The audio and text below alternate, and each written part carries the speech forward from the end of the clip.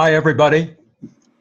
We're here at the University of Mount Olive and right outside of Raleigh, North Carolina.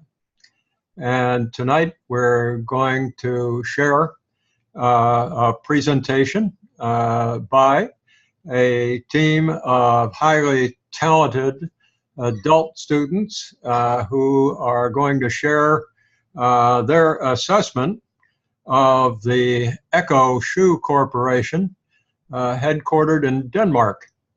And on this team, we have Homer Miller, and we have Claudina Madrid, and we have David Rosato, we have Shirzad Akramov, we have Ethan Horn, and Madison Webb. And I apologize to Ethan. Ethan and I are good friends. He's one of our best baseball players on our team. So when he sees me again next week, he'll bring his baseball bat and whack me with it. One of his baseball teammates is in the center of the screen, Bruce Zimmerman. He's not on the team tonight, but he's a hell of a pitcher, so we'll give him some acknowledgement. Okay, now with that, I am going to share our screen so that our PowerPoints come up, and then I'll turn control of the remainder of the program over to Claudina until the program is over, and then she'll turn it back to me for a brief summary and maybe a question or two. So hold tight and we'll do that.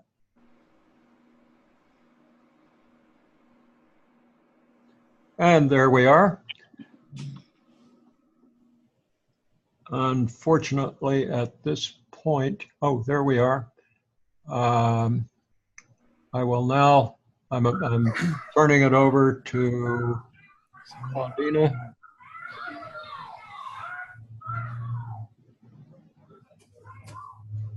Claudina? Yes. You are now in charge. Okay. Let's see a sec.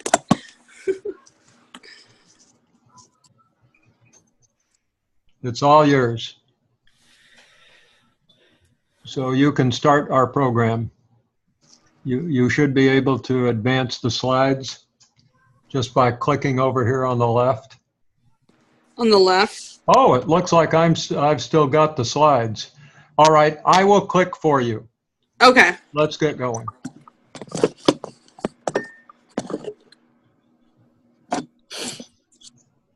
Can you make it into a full size screen? Yes, I guess I can. Okay. There you go. So we're the ECCO analysis team, are multinational enterprises located in Denmark. And we all already been introduced, so we can push the slide over. Here's a little bit of information about ECCO.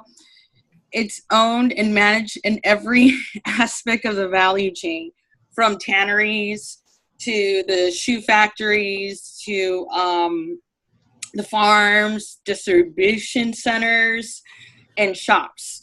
So they're pretty scattered worldwide. And that's just a little tidbit about them there. And they're still family owned.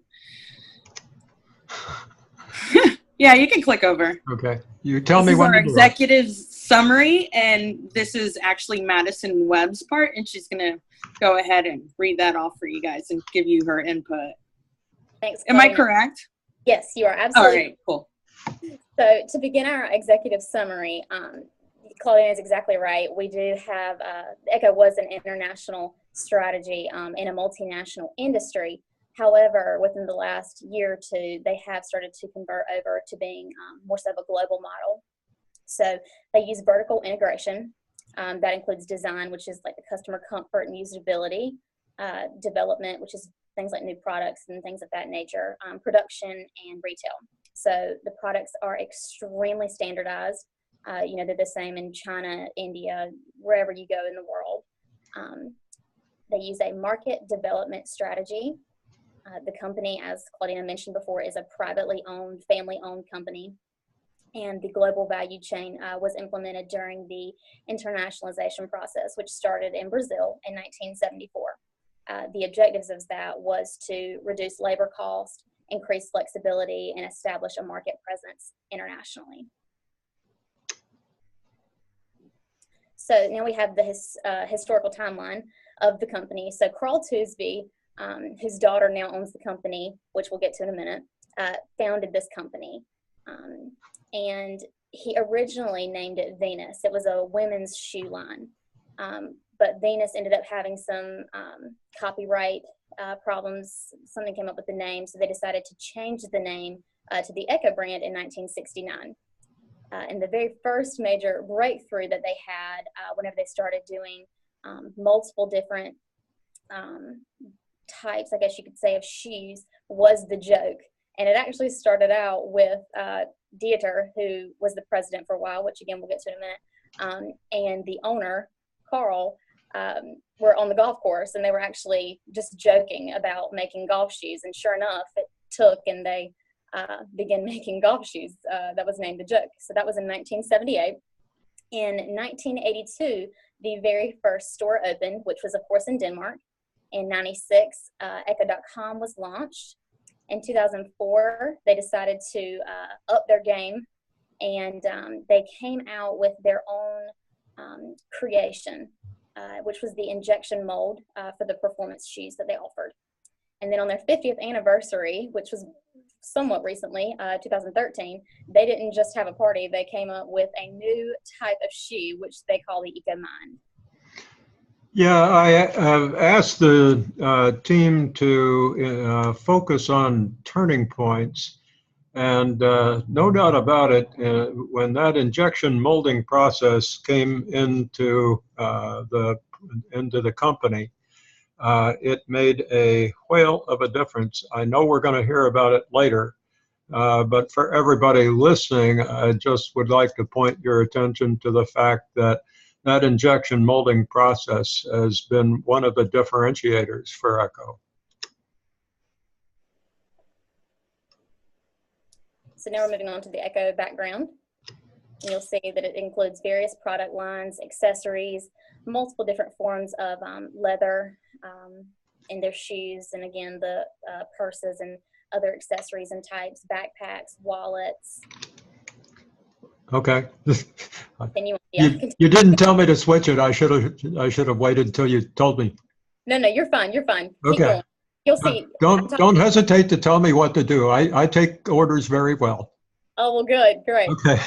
Keep going. You can keep going another one. Oh, okay. Yes.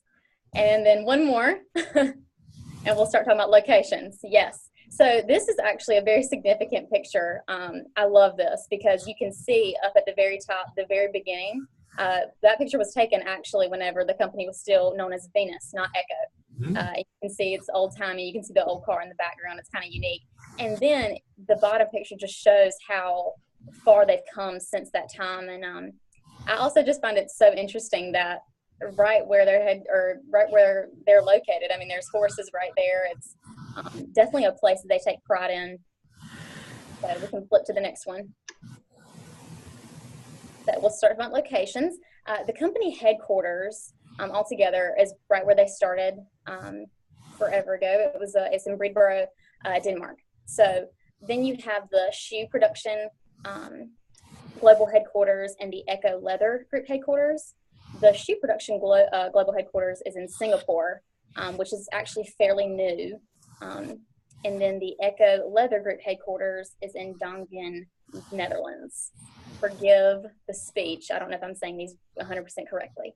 Flip to the next slide, please. Yeah, I think it's important maybe to mention that the shoe production's global headquarters may be in Singapore, but there was a time when this company had actually grown to be pretty significant in the industry, and all of the shoe assembly, the shoe production itself, was still back in Denmark.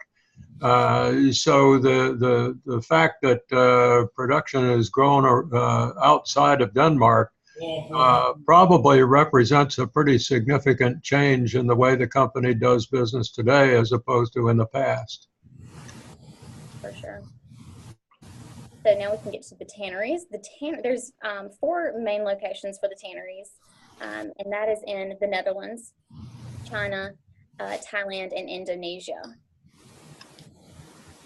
And then we have the shoe production facilities. There's 4 main ones, and then the 2 at the bottom, Portugal and Vietnam, are somewhat still significant, of course. They're still production facilities, but they're just not as large. They're still fairly new. So the main shoe production facilities are Thailand, Indonesia, China, and Slovakia. Why do you think the plants, the manufacturing locations or the production facilities are in those particular countries? Anybody on the team? They always connect the production facilities somewhere somewhat close to the tanneries where there's easy access. And the tanneries and all of those locations are usually fairly close to places that are easy access, such as farms and things of that nature. Yeah. And low labor costs. Oh, okay. So the tanneries and the production facilities are where the costs are a lot lower than they would be if these operations were in Europe, for instance, in Denmark or somewhere else in Europe, except for Eastern Europe, in Slovakia, where things are still not very costly. So this seems to be an attempt to get the cost of production, to keep the cost of production as low as possible.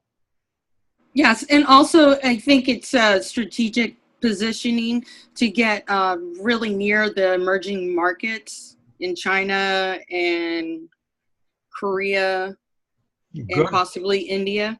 Good points. All good points. Okay. Now we get to the organization structure. So here is our organizational chart of the company. The chairman, Hani Toosby, is actually the daughter of the founder from way back in the beginning. So it's just significant because it shows that they are still a family company and they still are family owned, and that probably will never change.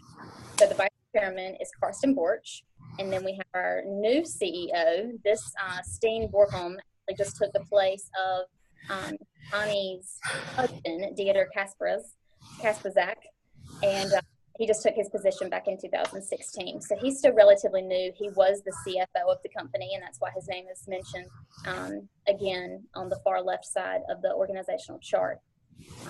So the executive vice presidents are now Andreas Wortman, Hannes Mataros, and Michael Kroll. And the finance and functions and global sales are pretty self-explanatory, but I will go in a little bit more depth of the brand and products. Brand and products are, they cover like design labs, the concept labs, global brand management, the golf labs, things of that nature. Whereas Panos Mataros, who is the global production and sourcing manager, covers the ECCO leather group and then the global shoes production, which we talked about earlier. Now we continue on with the organizational structure. This is the supervisory board. As I mentioned, Hani Toosby Kasperzak is the owner and chairman, and Karsten is the vice chairman. Continue on. Now we see again the new CEO, Steen Borgholm. Like I said, he took his new position in May 24th to be exact, in 2016. So they wanted to do this for just a new direction. Kasperzak had been the president for almost over a decade, and they kind of just wanted somebody new and improved, if you will. So that's why he decided to release his duties on over to Steen. Yeah, this guy does not look like some of these people back here. No. See if I can. I lost him. But the board at one time was a bunch of old folks, and the fellow who did the job that this guy now does was Hani's husband, and apparently it came time for a change of management, and Hani's husband is no longer a big shot. And this young guy here, as long as he does his job, looks like he's going to be around a while. He is certainly not one of the old guys, is he? No, absolutely not. He's early 30s. Wow. Yeah. He was also he used to be the CFO, correct? Yes, yes. Oh, that's very important. Thank you. So you see now Michael Core, who is the executive vice president, and then Penas Materas. Okay. And then here is the members of the supervisory board. It's important to mention, I think, to the far right over here, Andre Kasperzak, who is the son of the owner. He was actually a professional golf player, or golfer, I guess you will. And so he was actually sponsored by ECCO, and now I guess he kind of got tired of the professional golfing world, so he decided that he'd join the company on the supervisory board. So very family oriented, kind of goes again with the family ownership. Yeah, very tightly knit. For sure. And then we have the employee representatives. This is very important, simply because Denmark and a fairly large amount of countries have this law or rule that employee representatives must represent at least 50% of the board. So they sling a lot of weight in each company. And so these are the main three employee representatives of ECCO. Yeah, in Europe, the laws don't usually require at least 50%, but up to 50%. But there's nothing like it in the United States. Here our responsibilities are primarily to the shareholders, but in Europe, corporate responsibilities are to employees as well. And when we go to different countries, we find the priority of corporate responsibilities differ. But here you can see manifest evidence of exactly how important responsibilities to employees are. They're on the board. So can't get much more important than that. Now we're going to talk about some of the ECCO goals, strategic objectives, and strategic issues. All right, so the main goals of the company, first and foremost, is to be the leading premium brand for leather goods and for shoes market. They have an uncompromising quality greater than any other shoe. Their design is top-notch, and they have an extremely innovative technology that is always improving. Again, they have quality craftsmanship. And earlier we were talking about the fluid form technology.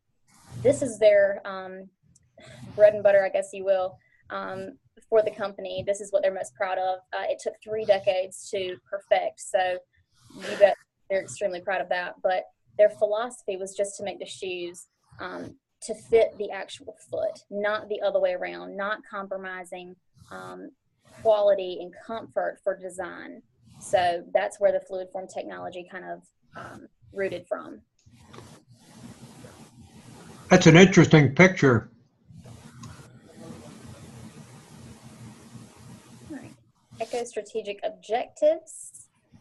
So imagine the second bullet point being indented there. ECCO came up with this new strategy, the ECCO Strategy 2020. Their goal is to make the company so its direct to customer share of 50%, 20 of that 50% being online. And their plan is to lead to more investment in opening shops specifically, and then actual improvement in the retail supply chain. So as I mentioned right then, their plan is to open the new shops and to attract new customers in the most cost-effective way possible.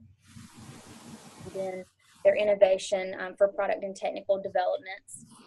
They use automation, customization, localization, sustainability, and digital integration. They want new product development systems. They're going after new materials and methodologies. And their plan is to go for faster and easier research and development processes that are always being updated. What fascinates me about this slide, other than that very colorful picture and that pretty girl, is the notion of direct-to-consumer sales being 50% of the total. And I would just ask you to wonder, back there when that old board of directors and that old management team existed, would anybody have thought about 20% online sales or half of the sales going direct to consumer? You get and then later on we see digital integration. It looks like perhaps there's been a major change in management thinking in this company in sometime in the recent past. All right, so now we'll go into the strategic issues. Sorry. You're fine.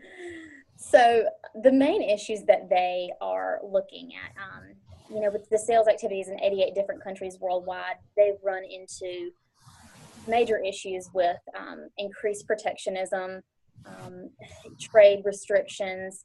The protectionist trends are more things like the supply chain being complicated. They have to worry about sales being reduced, and then cost, of course, increasing. But they have codependent factories and tanneries, which was something that I mentioned before. And that means, say there's a fire in one of the tanneries, then that means that every other part of the chain is going to be affected. So every factory will be affected in some way, shape, or form. Every production member is going to be affected by that. So it's extremely codependent. Nothing that they do is independent. Really, they could almost be considered interdependent. So they have to worry about an illegal use of the ECCO intellectual property rights. So they have to protect that by using different patents, design rights, and trademarks of different things. And then the last strategic issue that they have to run into sometimes is cyber attacks. So that's multiple things. I mean, that's the loss of intellectual property or business data. It could be business interruptions. It could incur losses financially. And that could also lead to the brand reputation being damaged. And with that, I am going to turn this over to Brandy. To me. So, I wanted to show. I'm sorry. I'll put it back. I wanted to bring up the picture of the person speaking, but instead I just got this different view. So I'll put it back. Who's speaking? Now this is David. Okay, David. Hello, how are you? All right.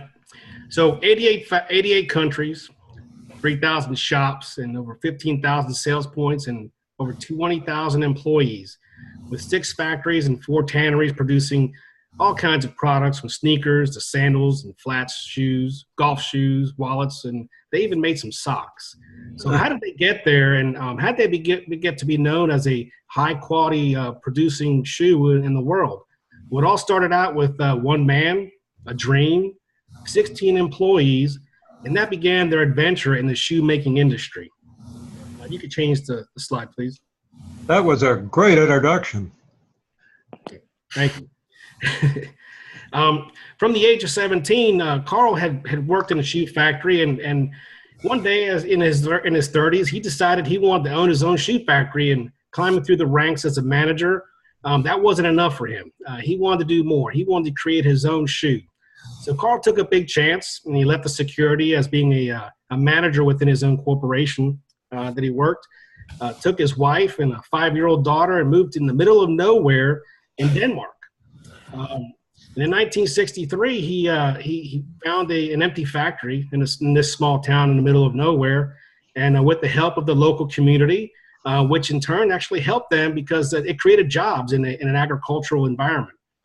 They developed a shoe factory and began to produce the ladies' shoes, which was their biggest selling point at that time, under the company name of Venus. And as we mentioned earlier, Venus was a company name that the country of Germany did not quite like, so they actually had to change their name. I believe it was in 1969 they changed it to ECCO. But the Venus shoe at that point in time became a very popular shoe in that region, and sales really picked up. And it was around that time in 1965 that in Denmark, there was about 105 different shoe factories that produced about 9.1 million shoes. And that was a good time to get into the shoe market in Denmark for ECCO. This created an environment of production. The company has always been very, very family oriented. That was one of their key things that they wanted to do. They want to stay family oriented. They took care of their employees. They provided the education needed for the ECCO team members to make the best shoe in the world. The next slide, please. And as you see here in this slide, this is the factory that was mentioned earlier. They stay true to form and to their tradition in what they do, their philosophies, and that the form follows function. That was the biggest thing that the ECCO company wanted to produce, was a good shoe that lasts a long time and meets the quality that they're expecting. Many, many long hours have been put into developing this shoe. Lots of research and development went into developing the shoe, and they wanted to believe that they had the best product in the world. One of the interesting things that I found out about the ECCO company was that they go through a traditional process of before a shoe leaves and goes into the industry, they do several tests. And some of the tests that they do a flex test on the shoe, a slip test, a rip test, water resistant test, and then they do a 14-day wear test, which is a company tradition before it even goes out into market. So around that time, the company decided to expand its horizons, and having an ethnocentric approach in 1966, they began exporting shoes to Sweden, Finland, and Norway, and later extended its sales into the rest of Europe and Germany, providing one of its biggest customers because they liked the comfort shoe. The Germans actually did like their shoes, even though they accused them of stealing a name that was somebody else's. Next slide, please. So here's some of the accomplishments that ECCO had throughout the years. The shoe itself was developed, with the heart and soul of the company. And you see some of the major accomplishments that they had was they brought the first direct injection machines. I believe in 1974 is where I found the information, which was the same year that they produced the uppers and went into Brazil, expanding the horizons, becoming a polycentric organization, and expanding their horizons to overseas. Later on, in 1978, they expanded out and trying to expand their market into India, Yugoslavia, and Thailand, where they began to produce uppers. This made them a geocentric organization and provided them with a larger area of coverage. They expanded into Brazil, where they did the finished shoes. Later on into Portugal, and they had a new factory there. Expanded into Czechoslovakia through licensing. In 1978, that was the big deal, a big year for ECCO. That's where the top producer of the shoe, the Joke, had made the map. It actually put them on the map as a shoe producer. For some reason, I can't see anybody again. I've lost my camera. You're doing fine. Can you see the screen? I do. I can see the screen. Yep. That's cool. That's all you need. All right. So when they expanded in 1984, they opened a large factory in Portugal, incorporating robotics, which was a new thing because their tradition of their company was to produce the best shoe, the best way, their way. And they didn't have any other way to do it but that way. But robotics and machineries was a great way to do it. So they continued their vertical integration in 1983 in Denmark, and they opened up a store, expanded into franchise stores and creating in-store boutiques and furthering expanding their sales into the world. In 1988, they started eyeing the market, the U.S. market. And we know that the Americans are kind of hard to please sometimes. And so it took them a couple of years to learn the U.S. market with the consumers. And they decided and learned that the Americans liked a sportier shoe design. One of the things that ECCO has been very good at doing was being successful at investing into their employees. In 1996, they started Futura, which is a training education center for their employees. And later in 2001, they created the ECCO Business Academy. This was another way of training their employees and bringing them in to the company, teaching them their way, their products, their philosophies for the improvement of the company. Incidentally, the company itself prides in hiring about 80% of its employees from the inside. So they recruit from the inside of the company and to ensure that the people are bought in to the product. And as a result of all that training, and as a period between 1999 and 2004, ECCO's well-trained workforce increased productivity between that time frame by 13%, which is a significant increase because of their education. Again, investing into the family is a good idea because they will give you back if you take care of them. In 1998, they started venturing out into some other areas. They opened up a flagship store and for ECCO shoes and accessories and clothing items. This provided them with a way to get feedback from customers on products as a testing ground and new designs. Incidentally, the factory there for research and development was right there in Denmark, so it was right close to them, so they can immediately respond to the changes. It was so successful that they opened even a larger store in San Francisco, and to get the same feedback that they wanted. One of the major turning points, I think, was in 2004 when ECCO decided to expand into China, and they had a plan to open up 5 plants in the Asian market. This was a good turning point for the company because China was allowed in membership into the World Trade Organization, which allowed ECCO to have 100% ownership of its company. This provided them with a good way to gain revenue and have ownership of their company with lower labor costs and being centrally located to where the market area is. A few months later, after coming back from China, Carl Tewksbury died, and this again was another turning point for the company. But prior to his death, he passed on his shares of his company to his daughter Hanny, which we heard earlier. She is now in charge of the company, and the son-in-law, Dieter Kazerspack, I believe I said his name right. He's still part of the company, and he's still there, not in the leadership role that he was in before, but he was also a longtime employee, and his focus was in product development and design.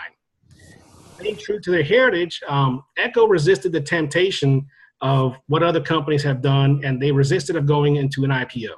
They decided not to go in that direction. They maintained their family ownership, and because it provided them with the higher risks and be able to do things their own way.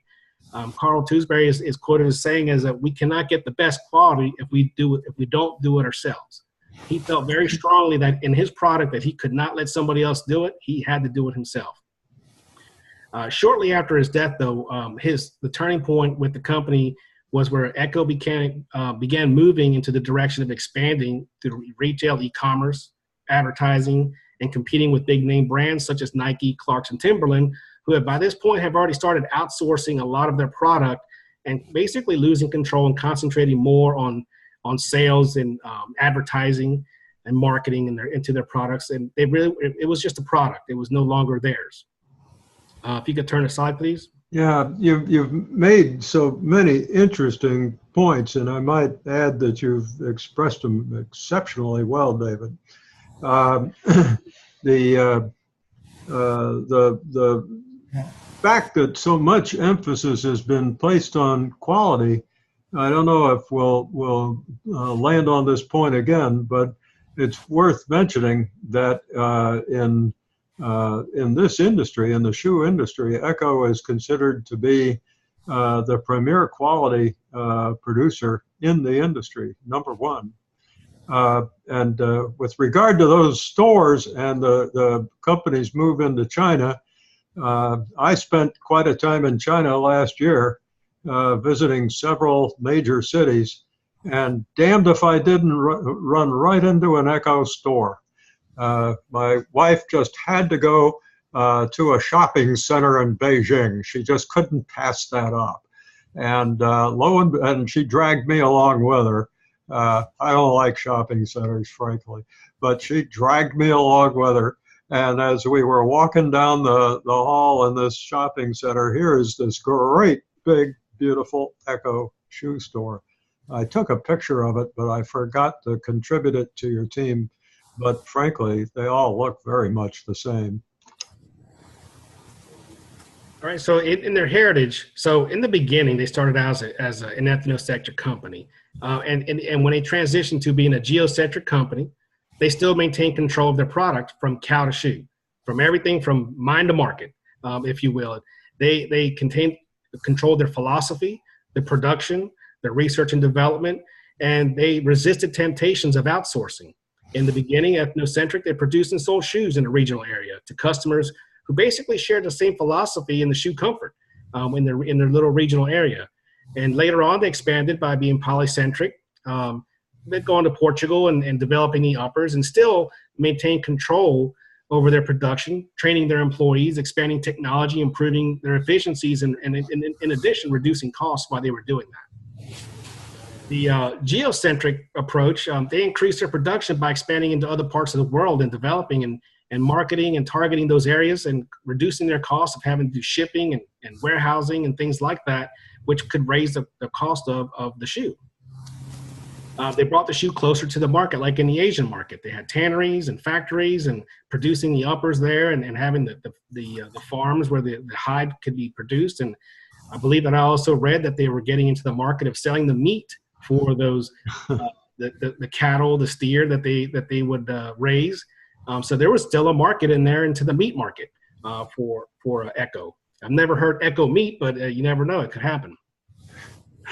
They continued to increase their sales through e-commerce, and a number of employees had increased the number of employees with the company to add to the existing employees because it takes people to run the e-commerce and the retail stores and the shops that they opened up around the world. And by having a good picture of I think in the previous slide I showed it before, you can see where all the headquarters are and the locations of the company. But shoe production has now shifted over to the global headquarters in Singapore, which is a big change from where the home company was. That's where global leather is handled in Denmark. So they still had maintained control. They're still in the country. They still have their people working in the places, trained and brought up through the company, still with the same philosophies of the company. Nothing has changed except they just increased in worldwide recognition. You would think by now that ECCO would be that they would have been tempted into getting a competitive edge in manufacturing by outsourcing.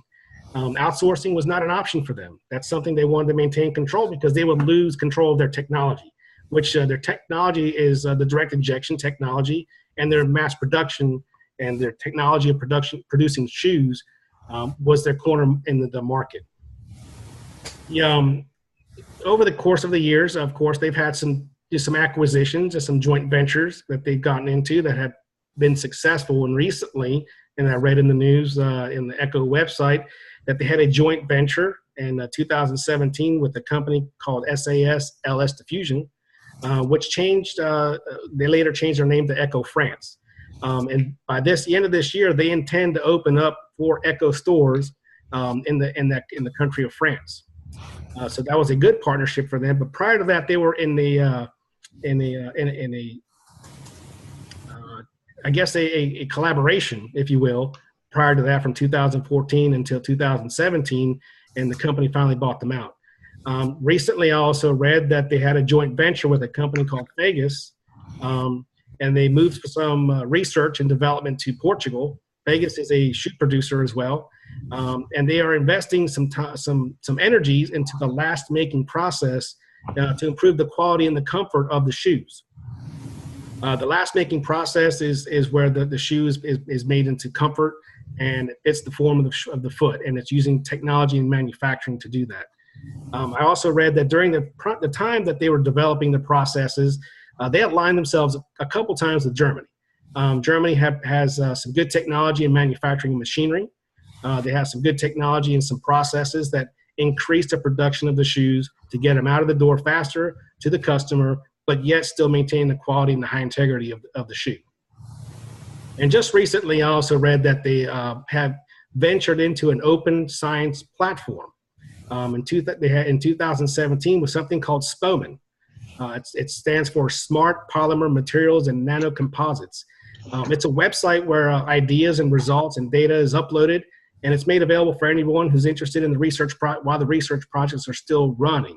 So this provides ECCO with an added advantage of other people are doing out there to add to what they already are doing while still being protective of their own technology in their own industry. By still continuously training their employees, bringing them up, teaching them the ECCO way, ECCO is going to continuously be a successful company because of their heritage, because of what they do and what they believe in. That's it. Okay. Excellent. That was one hell of a summary, David. And you hit on a lot of very good points, but it's quite clear that we've got two or three currents flowing simultaneously here as this company evolves. It's evolving in its attitudes, it's evolving in its business models, it's evolving in its management and management structure, and it's evolving in its technology. So, and of course, you were exactly right when you said that the purpose of the concept of administrative heritage is to express how the company got from where it began to where it is today, because that history often explains the rationale, the reasoning, even gives outsiders a possibility of anticipating where the company is going to go in the future because of these the evolution of these attitudes. Another word for which is philosophy. So ECCO's philosophy, its business philosophy, has evolved to the present point, and you can definitely see a pattern here. Who's doing market? That'd be Homer. Hi, Homer. How are you? Do you want me to flip the slide, or do you want to say something now? Next slide. Okay. Let me get all these people out of the way. All right, market conditions. Just like anything, it's an ever-changing industry. They're moving into the e-commerce world, which means the internet, just like everybody else. Russia being such a big country, it's still a slow growth area. ECCO somehow continues to outperform its competition there. China obviously has the largest population, and they are a fast growth area. Key markets obviously are China, North America, and Europe. 2015 was a slow year in every market. Yeah. Expansions are planned for this company in Canada and Australia. Next slide, please. All right, this is the global footwear consumers, people that are buying shoes. Obviously, China, with the largest population, they sell the most shoes there. What's ironic is Russia. Russia's a really large country, but they are nothing compared to what China, United States, and India purchase from ECCO. Next slide. China obviously has the most feet of any country in the world. Exactly. And right behind it is India. The demographic record keeping is a little archaic in India. We are told today that China has 1.4 billion people and that India has about 1.25. My guess as a scholar of demographics as an input to strategic management is that the record keeping in India is so far behind, I think they're probably tied with China right now. So rather interesting, they both have 1.3 to 1.4 billion pairs of feet, and yet India has substantially fewer footwear consumers, that is, people who buy shoes, which gives you some insight into the economic conditions of consumers in India. Absolutely. Excuse me. All right, this is country data. You see China has the largest gross domestic product and it's expected to grow significantly in the next year. It also has the largest population, which is not surprising. The United States follows China, and then so on the United Kingdom, France, Germany. It's just showing the population gives you a higher demand for shoes with the more people you have. Higher standard of living, they're going to buy more premium shoes.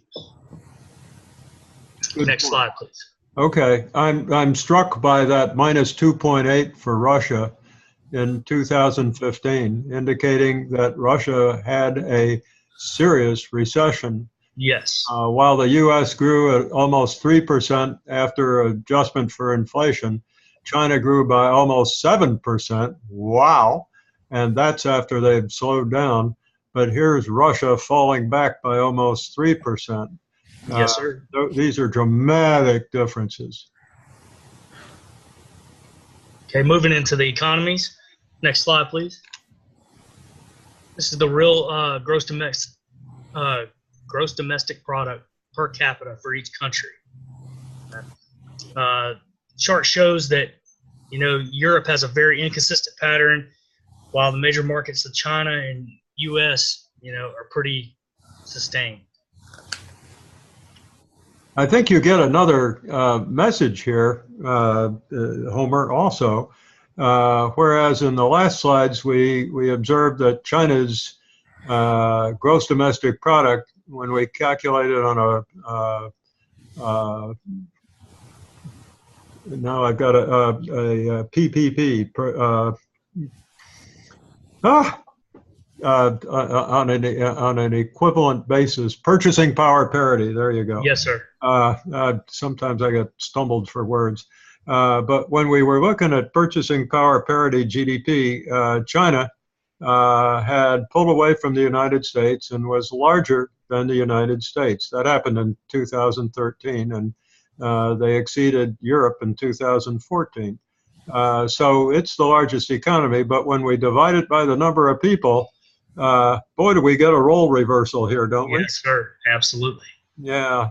So that says two things. One, yeah, we in the U.S. and the Western world have a little higher standard, a lot higher standard of living.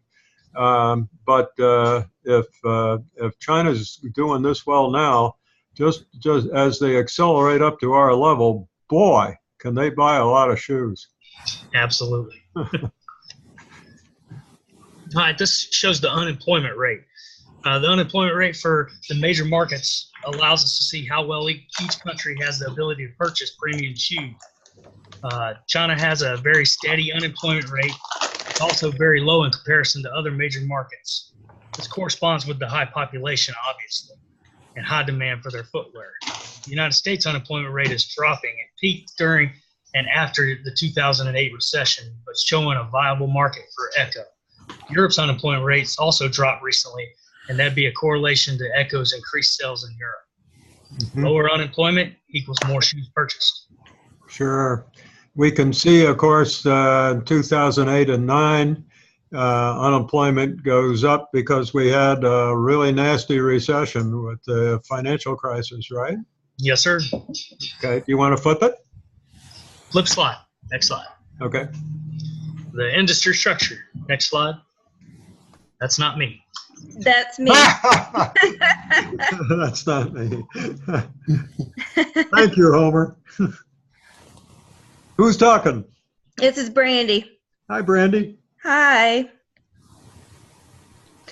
So I had Porter's Diamond Model to analyze, and so the purpose of Porter's Diamond Model is to determine how well a country will support specific industries. So in this case, the shoe industry. There's 4 determinants to how well it will support a specific industry.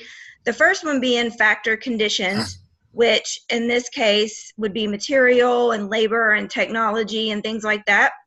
And then related and supported industries, which would be shoe retail stores, farming, machinery.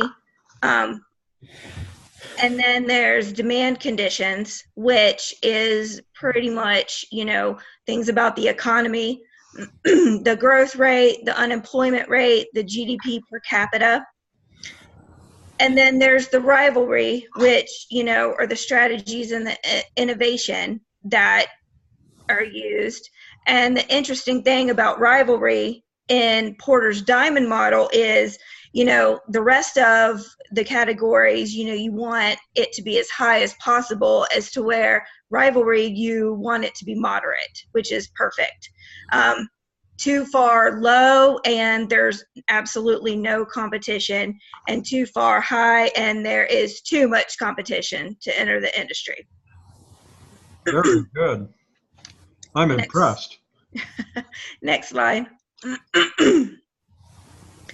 Okay, so this is a comparison of the United States, China, Europe, and Brazil, and all the related conditions and industries. And the thing that stuck out to me was the demand conditions for the United States and China.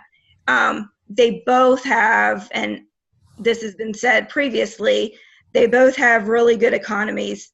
China is booming right now. The United States has a really low employment rate, as does China, and a high GDP per capita. And on the other side of the spectrum would be Brazil, who actually, unfortunately, has a horrible economy right now, since the 2014 recession.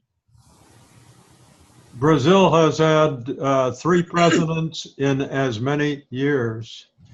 Mr. Lula is in jail right now. Mrs. Rousseff, his successor, was impeached and thrown out of office. And Mr. Temer has a 5% approval rating and is not expected to win the next election. So they're on the way to number 4. Wow. And in a set of circumstances like that, it is very hard to have a stable economy. Right. So not surprising that Brazil is in the bathroom facilities that we often refer to. Okay, next slide. Yes, ma'am. So the second analysis is the Porter's 5 forces model. This is the profit potential for the industry. And so there's 5 determinants here. The first being rivalry among the existing competitors, the threat of new companies or businesses entering the industry, the threat of substitutes, and the power of suppliers and the power of buyers. Oh, so, did you want me to do that? Yes, I did. Okay, Thank you. right. Good job. I should have waited to be told. No, you did. It was perfect. Okay. So looking at an overview here of the 5 forces, rivalry is different here. For here, you want it to be as low as possible instead of moderate or high. And then threat of new entrants is low, being because it's really difficult to enter the high-end shoe industry. There are a lot of things needed to do so, as capital, technology, retail chains, injection molding in this case, contracts with farms and things like that. So it's really hard to enter this industry, as well as the threat of substitutes is low as well, from 2 perspectives. First, the substitute to a shoe is no shoe, and so that makes it low. And then when you're talking about high-end shoes, the quality and the comfort and things like that is really, really hard to match in the high-end industry. So for suppliers' power, that is more moderate.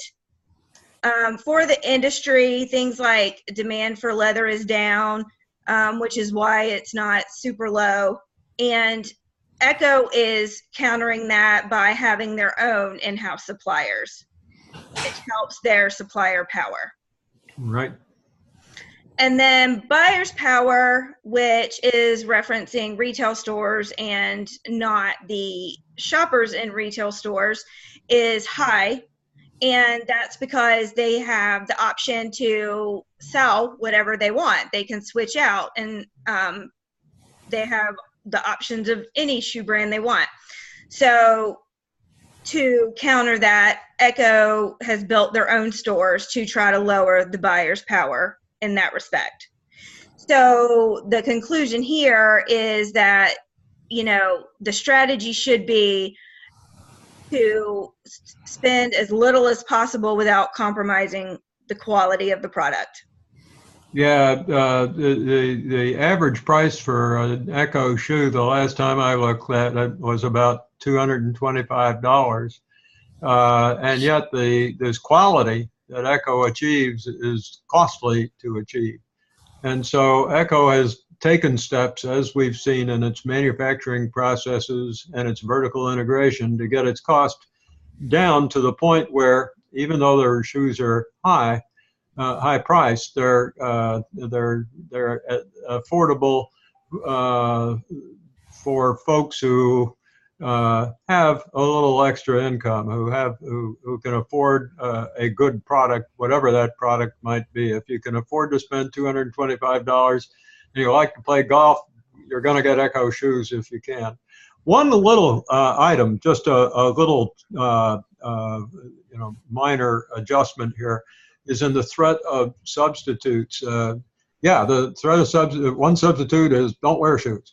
But if we're talking about substitute of a high-end shoe, that would be a lower-end shoe, right? So instead of wearing a fine, high-quality leather shoe, you might wear a lower-priced, lower-quality canvas shoe, by way of example. You might move out of the high end of the market as a consumer or as a retailer to handling shoes that are not as expensive. And of course, that would be a substitute, and that is a substitute. And I'm sure that ECCO's marketing management realizes that and has decided there's a segment of the market that they want to be in, and they don't want to be where those substitutes are. Oh, by the way, in terms of response to the buyer power, there's one other thing ECCO did, right? They started doing e-tailing, right? They're going to sell through e-commerce too. So yes, recognizing that the buyer power is as powerful as it is, the reason we do 5 forces, one, as you pointed out, is to estimate the profit potential of an industry. And having done so, we then identify these strong forces and form a strategy, identify strategy priorities. And clearly, buyer power is a major force. And so we see that ECCO has neutralized that force through, again, what? Vertical integration. They're going to sell it directly to you and me.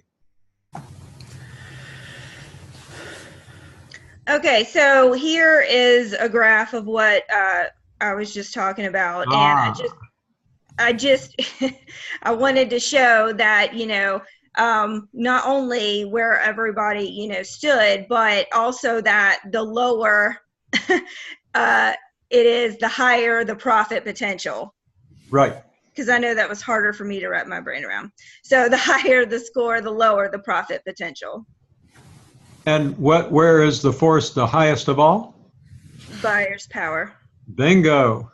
And we know what ECCO did about that. Yes. So here is just an analysis comparing the same areas as before. The buyer's power, obviously is the highest. The United States and China, are on the moderate side of profit potential. They're both, have a really, really strong economy right now. So they are on the higher end of, the profit potential. The higher end of forces that push profit down, but they're moderate. The average is 3.5 and 3.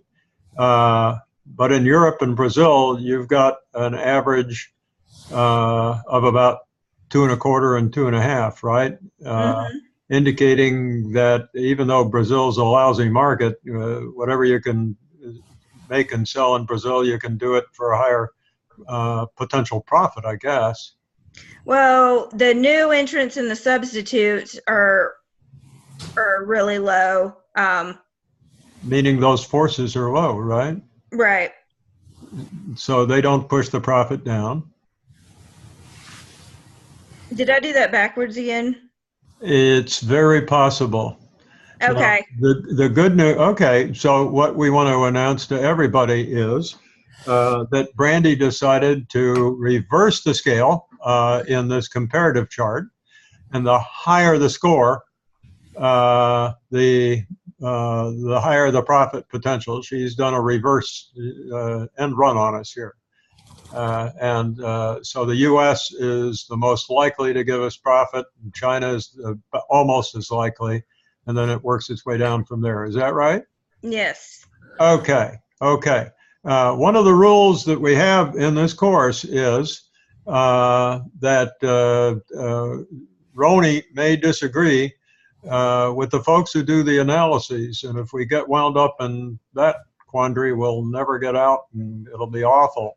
All the student must do is the drill and have an explanation so that we know that you know how to do these analyses. And then sometime in the future, I hope you'll be able to make use of them. So whether Brandy comes up with a 3.5 when I would have come up with a 2.5 doesn't matter one bit. She's done a good analysis here, only she threw us a curveball. And she decided that for the company comparisons, she's going to rate them from high to low in terms of profit potential. So we just have to know that. Okay. Shall I flip it? Yes. All right. And that's not me. Yeah, this is my slide. Who's this? It's Shirzad. Oh, hi, Shirzad. Yes. So, as it was already said, ECCO is a very international company, and ECCO shoes and leather goods are sold in more than 90 countries. Company has its operations into markets in Asia, in Eastern and Central Europe, Canada, and also in the US, of course. And they sell the products through 1,100 mono-brand stores, as well as independent retailers and online sale. So in order to find out the differences in the countries and regions, we use CAGE analysis. The CAGE distance framework identifies 4 factors and differences, which are cultural, administrative, geographic, and economic, or pretty much distances between countries that companies should address when crafting international strategies. It may also be used to understand patterns of trade, capital, information, and people flows. This framework was developed by Pankaj Gimawat, and he was a professor at the University of Navarra, and he had his business degree in business school in Barcelona. So, okay, let's look at the cultural factors. The cultural is how different are the countries and regions are culturally, and it includes different language, different ethnicities and social networks, different norms and values, and also maybe lack of trust. Then we have administrative, which is more related to how different governments work in the different countries.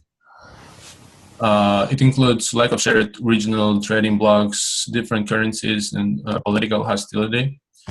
I would like to include my own life example, because I'm from Uzbekistan, which is really third world country, and in Uzbekistan we don't have any ECCO. Shirzad, when you said that, we're recording, I want to make sure everybody understands. It sounded like you said Pakistan, and you really said Uzbekistan, right? Yes, sir. Yes. I'm going to put the Anglo accent on that so everybody who listens to the recording knows it. It just so happens that I've studied Eastern Europe a little bit and all the stands there. And Uzbekistan's a fascinating country with a whale of an agricultural potential. So it's great that Shirzad's here. He's from Uzbekistan. Okay. Yes. So ECCO doesn't have any research and development centers or any factories in Uzbekistan, but also ECCO doesn't have, and not only ECCO, but any chain international big companies, they don't have any representatives in Uzbekistan. And the reason for that would be because my country has very weak administrative system, and the government is very corrupted, and we also have a black market for money. So the black market, which is like the money costs 2 times more expensive than governmental current currency rate. So that's why there is no any international huge companies, merely because they don't want to deal with all these administrative issues.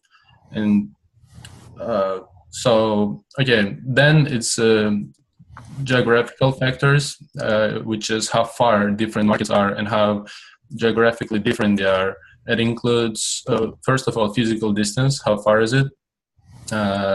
Absence of land border. It's whether the country is located next to each other or over the oceans, and also different time zones and climate. And the last one is economical factors, which are how easy it is for people to buy a product. I think, of course, it includes how wealthy is the country, financial resources of the region, human resources, and infrastructure. And yes, next slide, please. Okay, just before we flip the slide, by the way, that was really an interesting summary, because Shirzad has a perspective that few of us do. I think that it's important when we think about the cage analysis to remember that we're talking about barriers to entry here, and the flip side of barriers to entry is new entry. New entry, as in Porter's 5 forces. So we can actually use the cage analysis to assess barriers to entry in the 5 forces.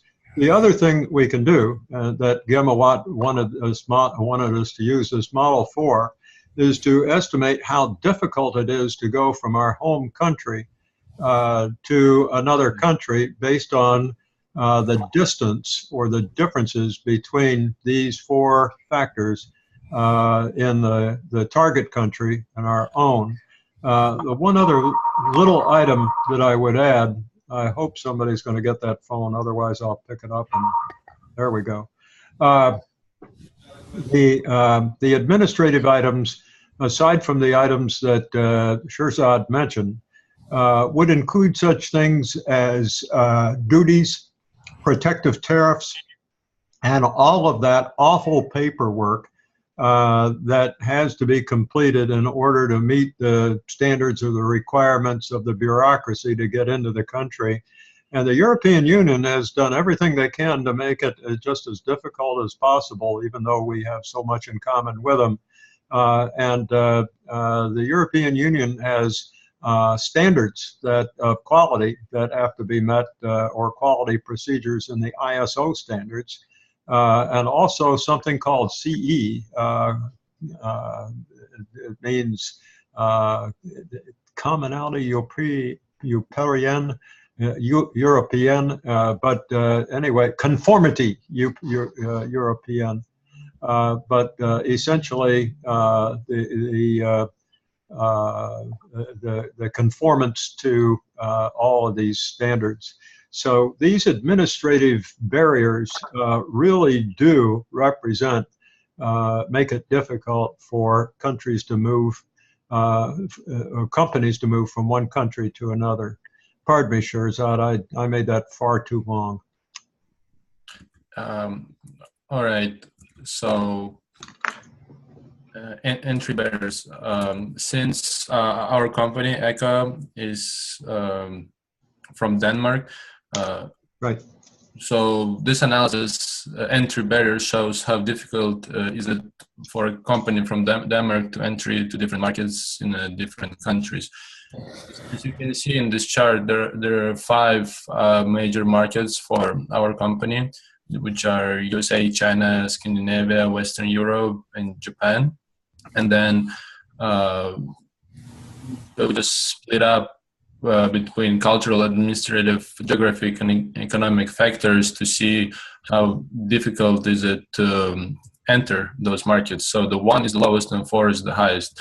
As you can see in the last column, which says total, we can figure out that it's very hard for ECCO to enter Japanese market.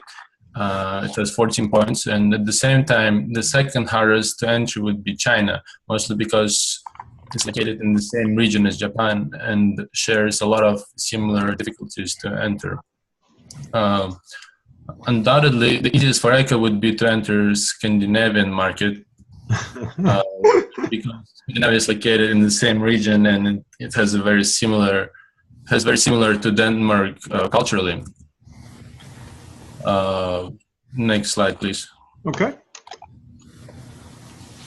All right. So, since ECCO owns tanneries in Netherlands, Thailand, Indonesia, and China, and ECCO's tanneries are among the leading manufacturers of leather to the fashion, sports, and car industries. And ECCO has engaged in a research program to reduce the environmental impact of the tanning process, and approximately 80% of ECCO's shoes are produced in its own shoe factories in Portugal, Slovakia, Thailand, Indonesia, and China, and 20% under license in a number of countries, including Indonesia, China, and India. The company uses vertical integration, which is an arrangement in which the supply chain of the company is owned by the company, and each member of the supply chain produces a different product or service, and the products combine to satisfy a common need. ECCO focuses on the entire value chain, or how they call it, from cow to shoe, and the company owns several tanneries set already in Netherlands, Thailand, Indonesia, and which supply leather to ECCO's factories all over the world. So as you can see, it all starts with research and development and design, and then they get the raw materials like cattle, goats, and sheep, and then they transfer them to hides, goat skins, and sheep skins. Then they have a tanning process, which is can be heavy leather, light leather, or pickled wet blue and crust. And then it all goes to manufacturing, which is lining for shoes, shoe uppers, and shoe assembling. And only then it goes to distribution. They have 2 centers of distribution, one in the US and the second one in Thunder.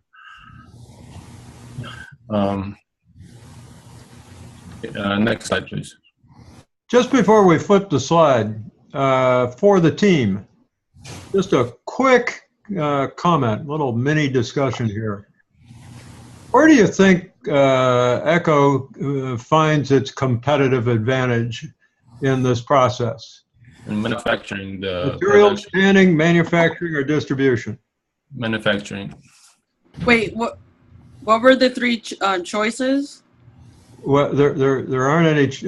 Or what was it? You can choose any stage here that you want, but you don't have to choose just one. But where does ECCO generate its competitive advantage? Where does it add value? Where does it get an advantage over its competitors that is significant enough to call it a competitive advantage? Is it that manufacturing? That certainly is one of them. With all of that certainly is true, I should say, with its injection molding and its robotics and Yes. the placement of its locations. That certainly is true. Anything else? There are low labor costs from offshoring. Yeah. How about the control of its raw material, of its leather? Yes. That drives the cost down, right? They don't have to pay a middleman, and so they seem to whether it's materials or tanning, this vertical integration seems to help that. What about in distribution? Do they have competitive advantages there? Yes, because they have their own huge distribution center in Xiamen, China, and Yeah. I believe there's one in USA. Well, And it gives them a higher capacity distribution also includes stores, retail stores. Yeah, it gives them a higher capacity to hold inventory. Yeah, and they can market the way they want if they've got their own stores. And now we're a new channel, a new distribution channel is e-tailing. So and way back on the left side, I forgot to mention design and research and development. Is that a competitive advantage at ECCO? Yes. Okay, I think that. Oh, go ahead. I'm sorry. They have R&D lab in Portugal, and also I believe it's in Indonesia, where the design goes back and forth between the headquarters and the R&D lab, so they get input from a production side of it. And I believe one of the R&D labs are in the production facilities. There's a different question here, though. They could have a lot of laboratories. The question really is, how good are they at design, and how good are they at research and development to come up with new kinds of footwear and things that make the feet comfortable and so forth? Are they good at that? Yes. They're excellent. Yes, that's one of their cornerstones. Okay, so we got competitive advantage there too. Absolutely. Damn, it looks like they got competitive advantage all over this place. Might give that some thought. Next slide. Gurjot wants the next slide. Value chain. So the value chain is a set of activities that ECCO, operating in a specific industry, performs in order to deliver valuable product and services for the market. And as we just said, the best competitive advantage is in the production, which is I think it's a different slide. So can you switch the slide, please? Then we'll come back. Okay. Yes. So main competitive advantage is in the production, which is design. They also have their unique the Slovakian style of producing shoes. Designing shoes that they try to follow in Denmark. And so the competitive advantage would be at the midstream, which is production and assembly. They also have, just like we said, the upstream level design, research and development, and engineering. And downstream. And the downstream marketing and distribution, it used to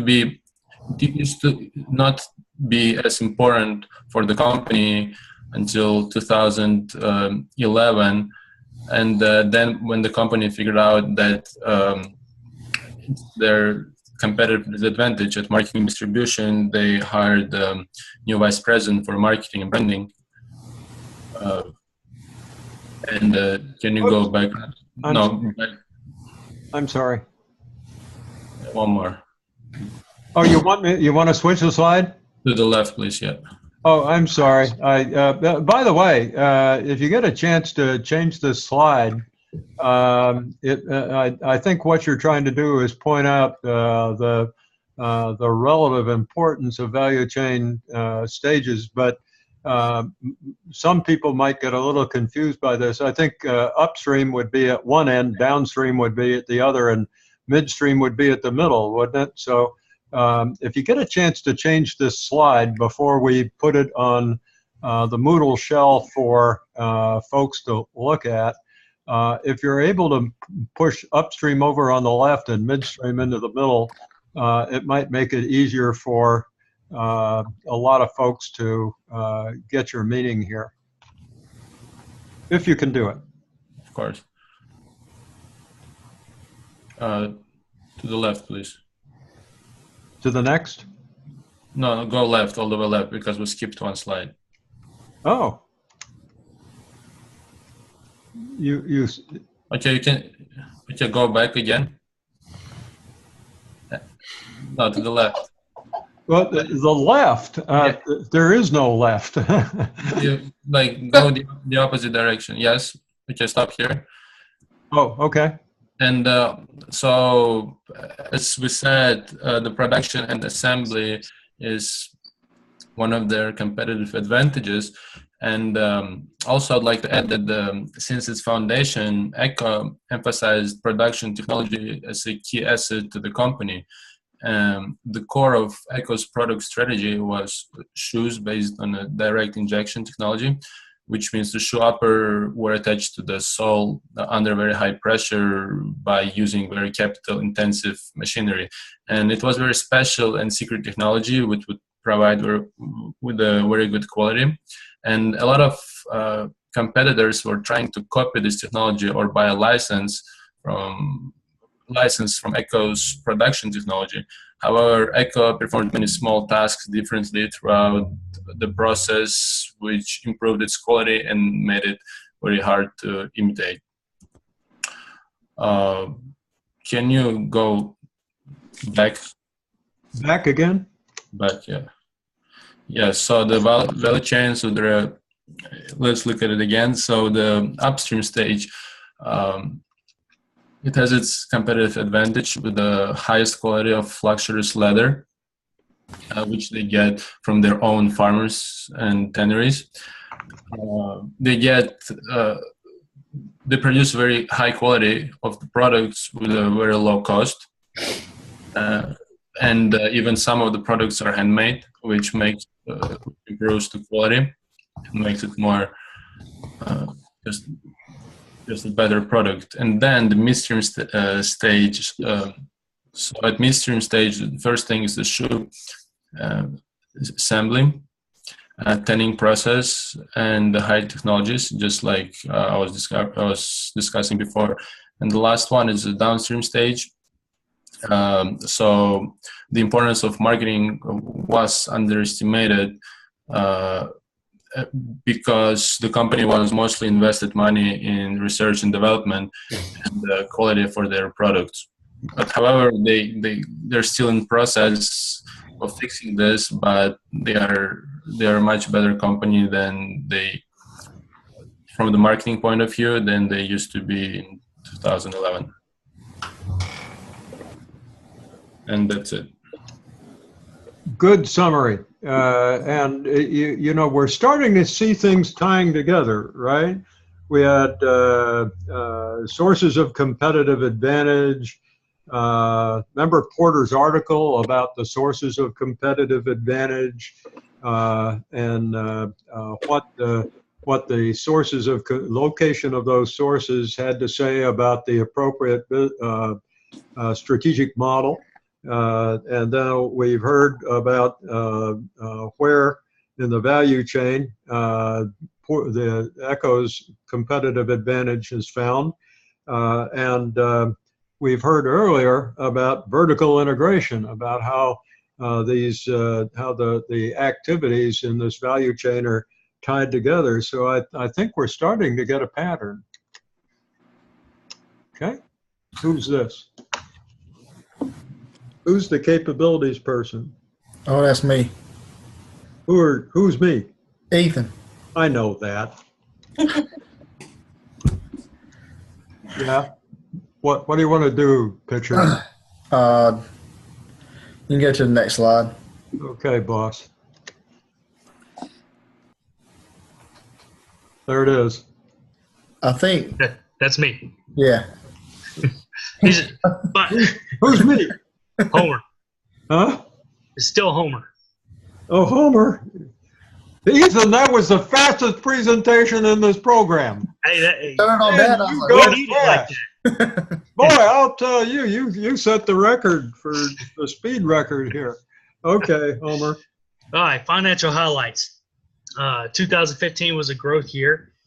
Revenue increased by 7.4% from 2014. They grew sales in wholesale, e-commerce, and retail. Balance sheet values increased due to the currency strengthening. Most of the company's currency is in denominations other than the euro. Assets increased significantly due to the changes in their exchange rate when they exchanged it over. Next slide, please. Okay. Why is most of the company's currency in currency other than the euro? Because they'll get a higher exchange rate. Maybe it's because that's where their operations are, right? If they get paid in Chinese yuan, that's not the euro, is it? Or No, it's not. dollars, that's not the euro, and so forth. So as the company gets more and more international, it acquires these foreign currencies. And apparently what you're saying to us is that the company feels comfortable not holding euros right now. That is correct. Ah, okay. You mean I got it right? Yes, sir. I figured it out. Oh, that makes me feel so good. All right. All right, the U.S. to the dollar. All right, this shows the relationship of the U.S. dollar to the euro. Many ECCO's balance sheet assets are not keeping in the euro denomination, so they're being converted for financial statements. The euro has been increasing in value as compared to the dollar. Therefore, ECCO's assets value has increased as well. Next slide, please. Excuse me. The dollar to the Chinese yuan. All right, this shows the comparison, and they're both pretty consistent. Next slide, please. Well, there is something that you're actually showing us here. Although it doesn't look to be too dramatic, back since 2011, it seems that it takes fewer yuan to buy $1. That is correct. Okay, and therefore the yuan has strengthened against the dollar, right? Yes, sir. Because $1 won't buy as many yuan, which means that when we are importing from China, the price has gone up a little bit. Now, if we did proportions, you know, some half a dollar divided by $7, what is that? 1/14. I don't know what that percentage is. But if you're converting currency, then what you were talking about in the terms of the value of those assets, you know, a 14% hickey is a 14% hickey. Yes. You know, that's actually the term in finance is a haircut. I should watch my language. It's a haircut. It's not a hickey. Anyway, the point simply is that the yuan has strengthened slightly against the dollar, and the dollar has weakened slightly against the yuan, which affects these asset values you're talking about. It also affects the ability of the Chinese to export, in this case, to the United States, because the U.S. customer isn't getting as good a deal as he used to back in 2011, and I've used far too much oxygen in this statement. All right, this is the dollar to the Russian ruble. The ruble is very unstable, as you can see. So, in other words, the ruble, it takes a lot more rubles to buy a dollar today than it did in 2011. It takes virtually twice as many. Yes. More than twice. More than twice. Good God. What I want to do is go buy stuff in Russia. Yes. Because it'll be cheap. You can get a lot for your dollar there. Damn. Do you want to flip the slide? Next slide. Yes, sir. Boy, I'm still thinking about buying vodka. That works. Financial comparison. ECCO's managed to steadily grow revenue since 2011. Their operating profit has remained consistent, and their pre-tax profit continues to grow. And as you can see, taxes eat up a large portion of the profit, but ECCO's managed to post positive numbers and even grow in the last 5 years. These are smiling numbers. Absolutely. These really are. Nice, steady growth in revenue, nice, rich operating margin. You know, remember, this is a private company. I mean, they're not shelling all these earnings out to thousands and thousands of shareholders, this, Henny is Exactly. Henny's a happy lady. Absolutely. Okay, Next slide, please. I All did. right. Net sales. Europe takes the majority of the net sales in 2015 at 47%, followed by Asia Pacific at 31%, and the United States at 22%. Net sales increased by 100 million.86. Also not shabby. Not at all. All right. Financial conditions. ECCO is a privately held company. Therefore, they're not required to post their financials. However, these are from 2015, and they do not distribute their debt between short and long-term debt. We can see that they managed to keep their debt relative to their revenue. In 2015, their overall debt increased 39 million, which is not a large amount when you consider how large of a company ECCO is. Their liquidity rate indicates that they're able to cover all of their short-term debts with their current assets. Their leverage ratio has decreased over the last 5 years, but remains at a level that enables them to leverage their debt effectively. Absolutely true. 42% is kind of, for a company like that, is maybe just about as high as you want to get. But for those of you who are not into finance, invested capital, which you see on the slide, is the sum of debt plus equity. And the leverage ratio expresses the proportion of that total invested capital represented by debt. And if that ratio gets high, the company has a high financial risk because such a large portion of capital is represented by debt. But to the extent that that leverage exists, just as Homer says, the company is able to leverage the difference between the return on invested capital, which is handsome in this company, versus the cost of capital.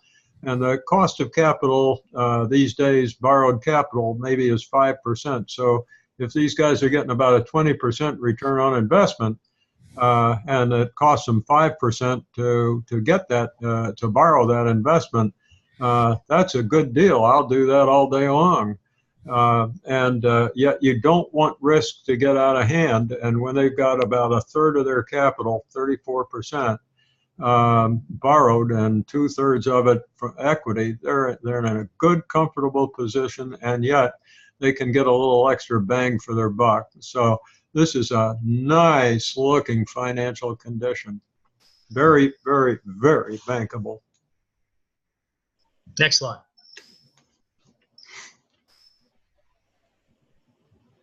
There it is. That's somebody else. Oh.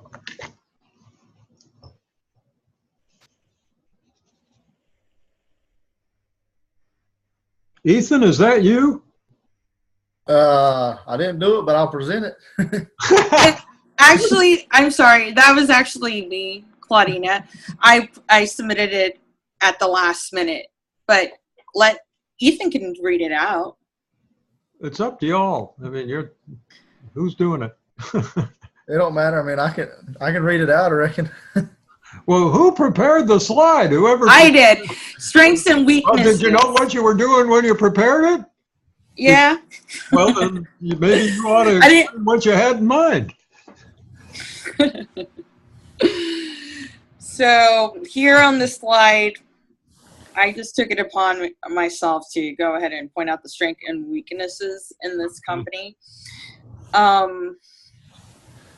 Its strengths are being able to keep full control of their value chain. Bingo. To have absolutely control over the decisions, the quality, the investments, and the time frames. It's making an impact in emerging markets like Asia. I mean, in Asia and China, in Korea. It's also looking into Australia, expanding more into the U.S. Canada's a real focus for their 2016 annual report pointed that out. And Russia. even though they took a hit in 2015 from all the money they lost in Russia, but they had other subsidies that were supporting it. The weaknesses would be that they completely own their entire value chain. So if something goes wrong with the machinery, say one of the robotic machineries, there's a glitch in it, there's a big chance that there'll be a glitch in every single factory. It's like a domino effect. If one company is suffering from something, it's going to spread out like a disease. But they do sound like they have backups to that. They have more than one tannery in 2 different countries, and distribution centers, and shoe production facilities that are a lot bigger and stronger, and then they have these tiny small ones to supplement them and keep the value chain going flawlessly. We can go, and there was a low marketing presence. It's not true anymore. They are really big in their social media. They're on Instagram and Facebook. A lot of these pictures, I took them down from Instagram and Facebook, and some of them are just regular people who are wearing these shoes and submitting it into their Facebook. So it's getting a big big crowd of individuals, I say young 20 to 30 years old, that are starting to pick up on these shoes because, one, they're very comfortable, and 2, they're starting to become very stylish in different types of shoes, from sneakers and sandals, hiking boots, golf shoes. And this new move toward styling and marketing is definitely a characteristic of the new management team. It is. And there's been a lot of success in it. Very honestly, I kind of wish that the strengths and weaknesses had just sort of pointed out a few other things. Don't forget that strengths and weaknesses are about functional capabilities. What the company can do better than competitors. Now, you've got a picture of one of them here, and it's that ECCO store. If you want an analogy, just think about what Apple has accomplished with the Apple Store. You've all heard about that, and it's a big deal. Apple sells a lot more computers than the ones they sell in those stores, but it gives Apple a face to the public, and there are times when you can't get into those stores; they're so full. As I mentioned to you, I saw one of these stores just like this one. Actually, it was a little nicer. It was a little bigger, but it was basically the same layout and in Beijing. And man, I'll tell you, ECCO is letting people know what a great product they have and what a modern company they have. And this, if you look at the design of that store, it's modern. And then, as Claudina pointed out, look at that upper left, that upper picture with a circle around the heel. There's something in that heel that makes these shoes super comfortable. And as Claudina also pointed out, they're stylish now. I don't know what the hell they want to tell you with the bottom picture, but I think they're ugly, but I'll bet you they're comfortable. I think the number one strength is the first and the third bullets under strength, managing the value chain, and the third bullet just puts the detail to the first bullet. Oh, I see. Okay. I think the second bullet about emerging markets, that's nice, but I think that it's not the impact in that they're having socially, but instead I think that they've got a strong position in emerging markets like China, Southeast Asia, And as those markets grow, if the company is well established there, then a rising tide lifts all boats. And as those markets grow, ECCO will too. So the smart move is to get in while the growth is occurring in the disposable income and the spending power of countries like China, where consumer spending is just on a tear. Weaknesses, I think you got it right. The control of the value chain and ownership of the value chain opens a company up, and this is vertical integration, by the way. And so I'm making this point along with the ones that I made earlier about vertical integration. The risk of vertical integration is if you buy robots that next year are made obsolete by a more modern concept, or if you spend a lot of money on injection molding machinery, and then somebody comes up with a whole new concept of molding shoes or putting shoes together with automation, and you're stuck, if ECCO is stuck with its capital tied up in last year's technology, they can't just throw all that machinery away. They're stuck with what is essentially second-rate assets. So to the extent that that company vertically integrates with lots and lots of asset intensity, it runs the risk of being surpassed by a competitor with more modern technology. That's the risk. I don't think it's heavy in the case of ECCO because of the upstream activities, research and development and engineering. I think that when new shoemaking technology is discovered, I think that ECCO is probably right there doing the discovering. But if one of its rivals comes up with better technology, and ECCO's got so many $100 million invested in technology that no longer is superior, they got themselves one hell of a problem.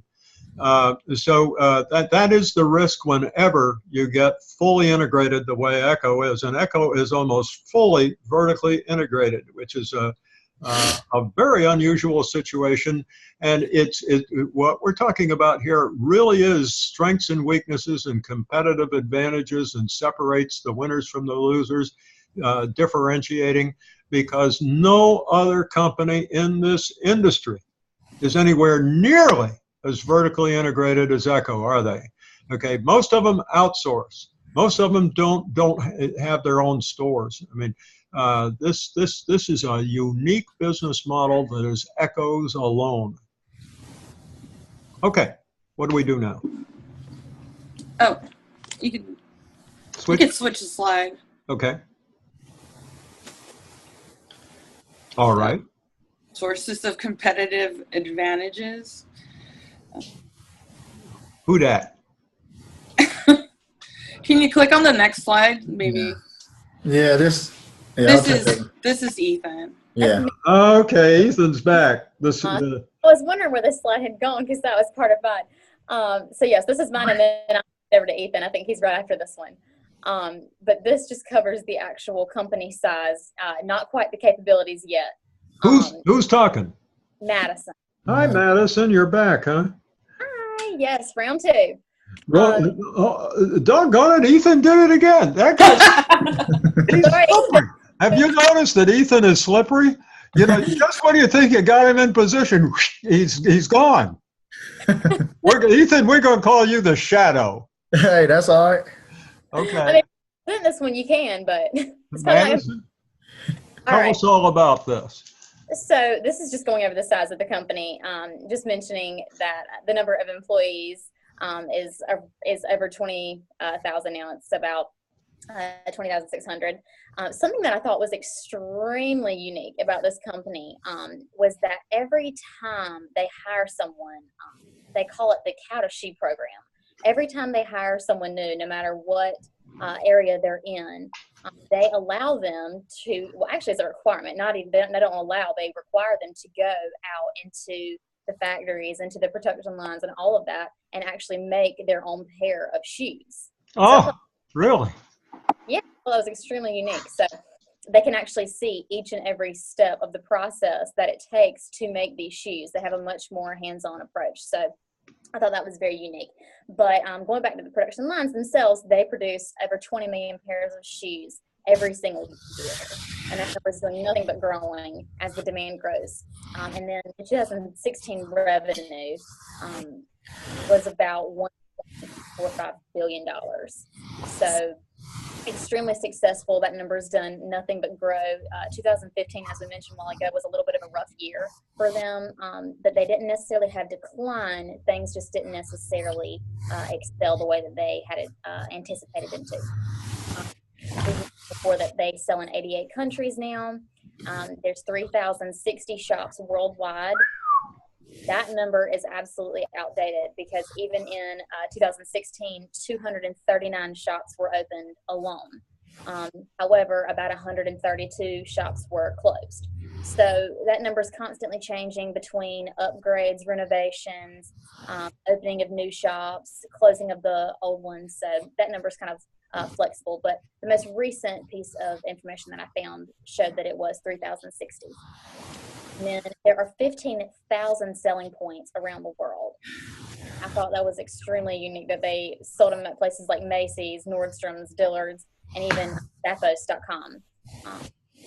It was interesting. The other day I was talking about this project, and even my father, who is a barber, and my oldest brother, who is a barber, mentioned that they only wear ECCO shoes.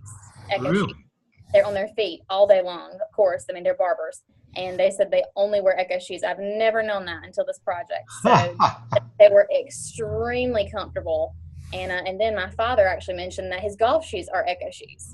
So I found that to be very interesting. I was curious to see if they really were as comfortable as they were to be said, and they are extremely comfortable. I understand now why they buy them to work in, for sure. A first-hand testimonial, two first-hand testimonials. By the way, I'm working with several teams in 4 different courses here right now this semester, and one of the teams is looking at McDonald's. That somebody does that every semester. You can just imagine. But ECCO's got about as many shops as McDonald's has stores. I mean, this is a huge system. And then McDonald's has franchises, but they don't have nearly as many franchises as ECCO has, dealer locations with 15,000. My God. And that dealer number is doing nothing but growing. It continues to grow. Want me to flip it? Yes, I believe the next one is Ethan, for sure. Ethan? That's me. Finally. All right. We'll start off with market capabilities. And they have very many different markets they produce products in, which they have men's shoes, women's shoes, golf shoes. They have shoe care products, and also different accessories like handbags, different stuff like that. You can go to the next slide. Ethan, what are you doing? Ethan, this slide makes me think you're lonely. Nah, I ain't lonely. I got a girlfriend, so I'll take your word for it. Their perseverance capabilities. Can't even present now. They operate their own tanneries and shoe factories around the world, which that's how they've always wanted to be, and they don't want that to change. They work to express their beliefs and values, and that's for producing very solid products. Also, the company avoids outsourcing, like I said, so they can control every step of the shoe making process, so they make sure they have a quality product in the end. Let me go to the next slide. Their innovation capabilities. Now we're going. Oh, you like that? Yeah, I like this one. Well, I like the legs too, but like I told the ladies the other night, it's like George Burns used to say. You know, I'm an old man, just in case anybody doesn't already know that when you hear this recording. I couldn't even tell. George Burns used to say, I still chase women. I just forgot why. All right, the innovation capabilities. ECCO consistently thinks of ways to create the softer and lighter shoes so that they are more like the foot itself and forms foot better. They do this by combining traditional handcrafting methods and also learning new technology. They use the direct injection method, which allows them to create shoes that fit closer and more accurately to the foot, also to help match the natural movement of the foot. The injection they use helps form to the foot, so that's why the shoes are pretty much so comfortable. All right. And I can't see it. All right. Their environmental capabilities. They try to be environmentally responsible and conserve resources for future generations through sustainable development. ECCO follows the principles of reduce, reuse, repair, recycle to measure its important impact on the environment. Also, ECCO has an environment management system that improves their energy efficiency, decreases water use and waste, prevention pollution. And they also reduce and reuse materials. And the points that we see on this slide also probably contribute to cost control. Right, exactly. I mean, okay, anyway. No, go ahead. No, you can go ahead. It don't matter. All right. You sure? Yeah. All right. The human resource capabilities. ECCO is a genuine multinational business with rich mixed cultures. ECCO has activities in about 90 countries, which is very unique cultures and customs, which allows them to have strength for many diversities.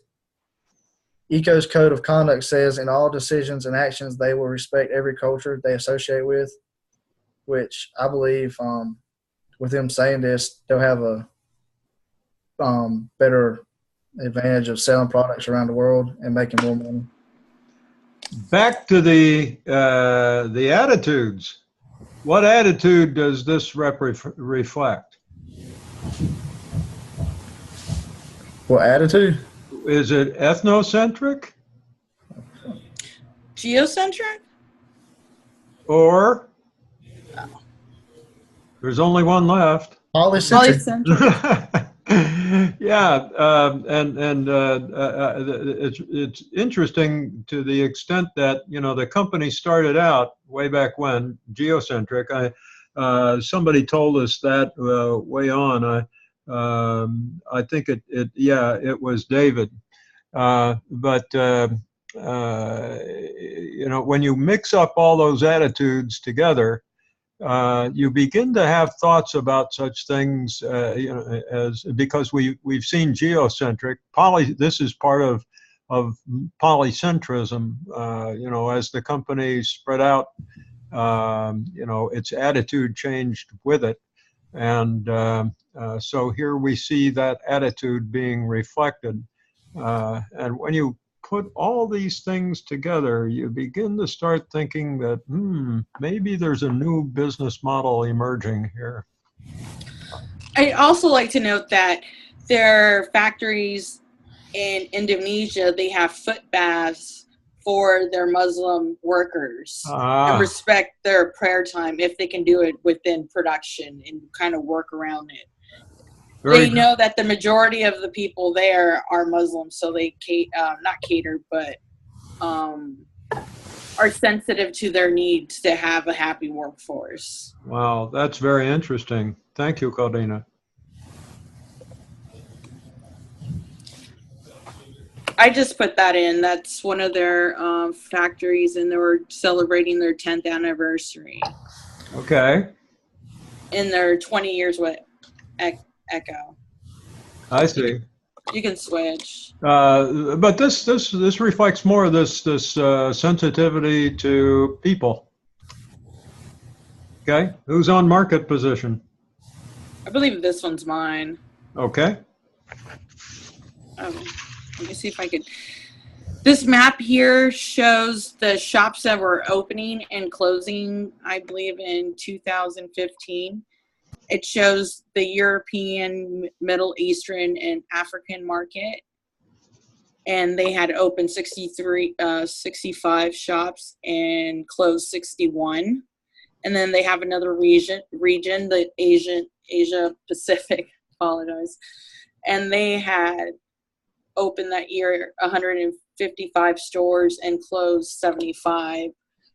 And in the Americas, they opened 19 and closed 3. So you can see that they're expanding all over the world strategically and trying to get their presence out there, especially with social media.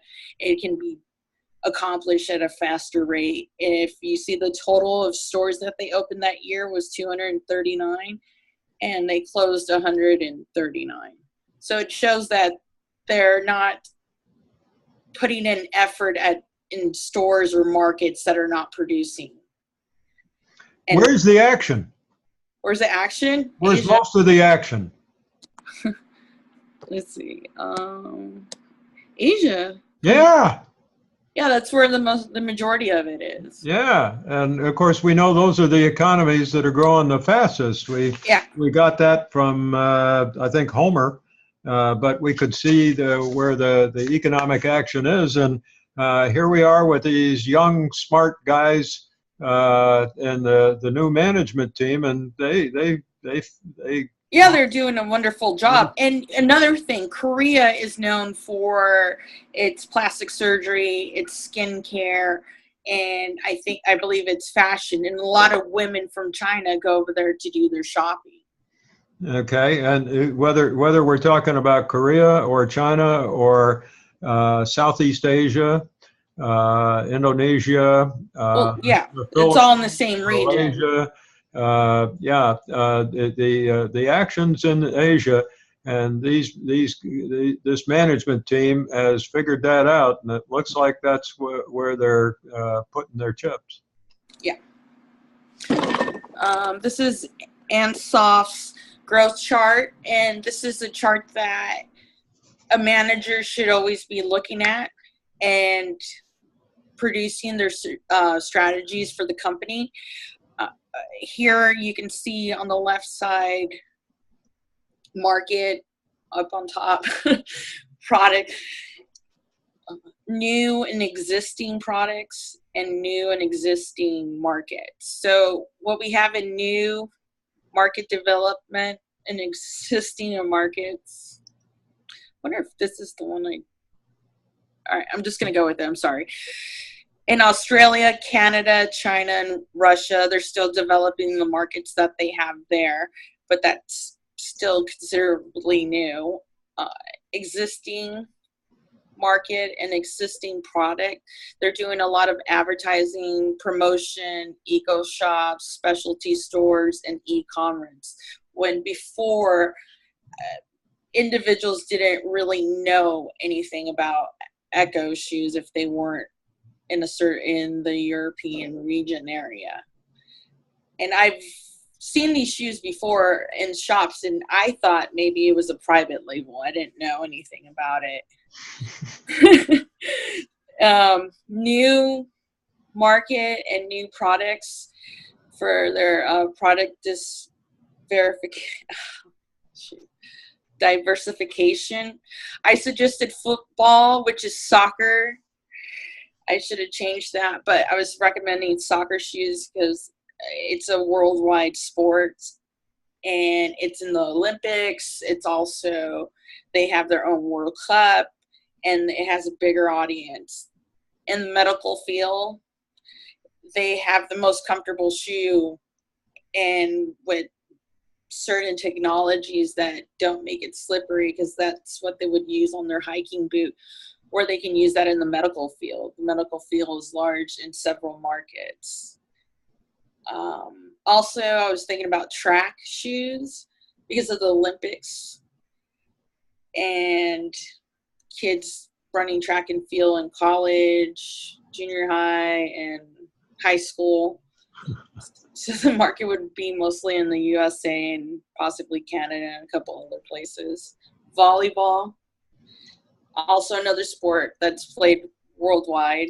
And it's also featured in the Olympics, Summer Olympics, so I thought maybe that would work.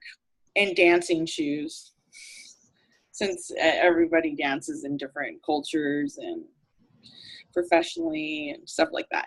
So there are new products in existing market. The product development, they're constantly developing their hiking boots. There's hiking boots for men and women.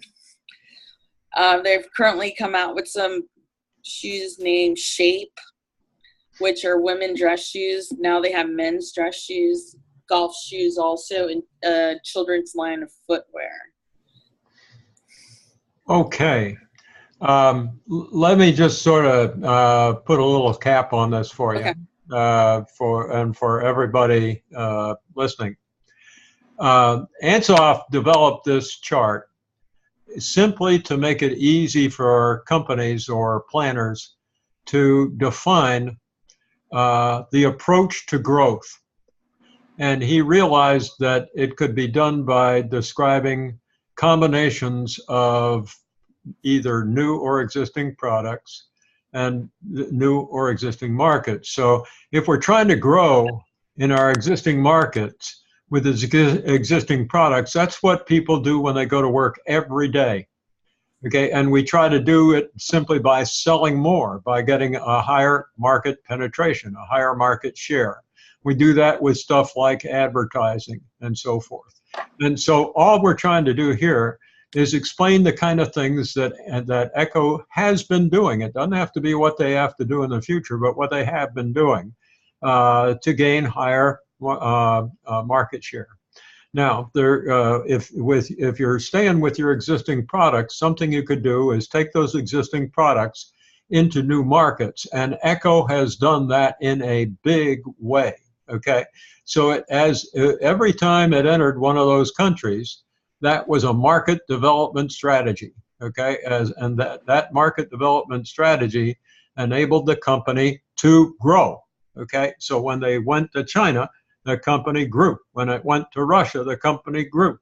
And when it went to the United States, the company grew, and so forth. Okay, so you could throw a lot more countries in here besides that, because this company now is in so many countries. So we probably could write just entry into new countries.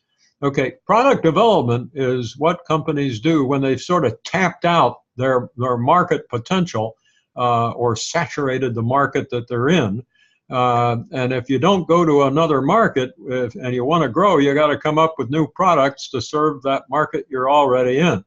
And that is, again, what ECCO has done. And this is a summary of the things that ECCO has done to grow within their existing markets, insofar as product development is concerned. Ansoff called the last one, new products for new markets. He actually called it product proliferation. But in recent years, strategists have liked to use the word diversification, because that's really what's going on here. And I think what I've heard here is that Claudina has used this part of the chart to suggest avenues for future growth. So no doubt about it, the people who work in hospitals like nurses and doctors, I had one student in my class who, after he got well into this case, his wife was a nurse. He bought her a pair of ECCO shoes, and she loved them. And this guy raved about them in class, and actually bought his wife a second pair of ECCO shoes, and she loved him even more. So I think what we're getting here is Claudina's suggestions as to where ECCO can go for growth in the future. Have I got that right, Claudina? Yes, you did. You said it much better than I did. It was clear and to the point. Okie dokie, here we go. So this is these are actually ECCO's golf shoes. I thought they were really nice, and just they sure decided are. to put it there. I'm going to discuss the competitors that ECCO has. Clark's Shoes, based in Maryland. Geox, which is in Germany. Nike in Oregon, Reeboks in Massachusetts, and Timberland in New Hampshire. And they're all known to have the higher quality of shoes versus the lower quality in the market. So here's the market position chart. As you can see, I have ECCO on the highest quality for highest quality and highest price. Right under it is Geox. I looked up their shoes, and they're made with fine Italian leathers, and they have something called Aspira, which is soles that are breathable, so they keep your foot dry, not wet. And you go down and you see Timberland, Clark, Nike shoes, and Reeboks. Right. Some people would put Nike right in the crosshairs and maybe Reebok just a tad lower, but Reebok certainly is a good quality shoe. Okay, low cost. Okay. This is strategy. Who's doing strategy? I am. I was just looking at the slide and wondering why it was to the left like that. They're low cost. Their distribution centers, like they have a higher capacity, so they don't have to worry about storage fees and how much they want to how much they can distribute and how much they can't, and they have better control of their merchandise and inventory and have less shortages. I think if you'll forgive me, most everything, most of the bullets here have been already discussed earlier. I think that when we're talking about, is the next slide going to say differentiation by any chance? Yeah. Okay. So there are two approaches to gaining competitive advantage that are general in nature, so-called generic competitive strategies. One is to be lower cost than your competitors, or at least, low cost.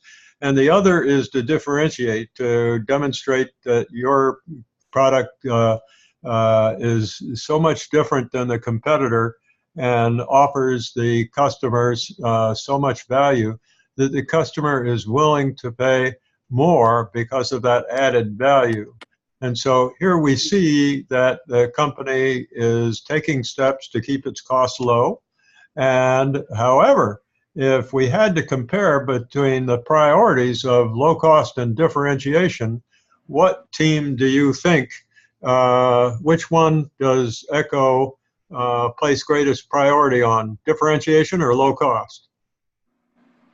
Team? Differentiation. Absolutely. The highest quality, the best, the most comfortable, you bet. Okay. ECCO, first and foremost, is a differentiator, but it seeks low cost in the form that's often called best cost. In other words, it's as low as it can go without compromising differentiation. Okay. Off to objectives and strategy then? Yes. Okay, now we've already talked about strategy with Ansos's matrix, and so it's just going to be repetitive. Okay, so the objectives then, to be the most wanted brand? To be the most wanted brand in the world, to be known as the most comfortable and innovative shoe. That's their goal in mind. Once again, about the same places we're discussing where they wanted to expand. So we have differentiation again, right? Yes, we do. Okay, and expanding into Asia, Australia, Canada, what do we have there? Market development, right? Existing products into new markets. I should have mentioned e-commerce too. They are really emphasizing on e-commerce and their brand. Their branding is really important to them. They want to be recognized around the world, like McDonald's is just recognized for their arches. Mm-hmm. Okay. So branding means a lot. So where people would recognize those those letters, that type of brand. How can it's a brand can be used universally and everybody would get the same meaning of it if they do enough marketing. Does that make sense? Yep. Okay. Now, one of the objectives of all these marketing activities, whether it's market development or branding, is to get more sales. And it looks like ECCO has stated what their target for 2013 was. Yeah, that's an error. But I think what we get out of this is that ECCO does state their sales objectives and what their revenue, their objectives for increasing sales are, as well as it looks like the way they're going to do it. They're going to, in that particular year, they were going to sell 24 million more shoes, or to sell 24 million pairs rather. But this is a company that with this new management sets objectives. They put the target out there.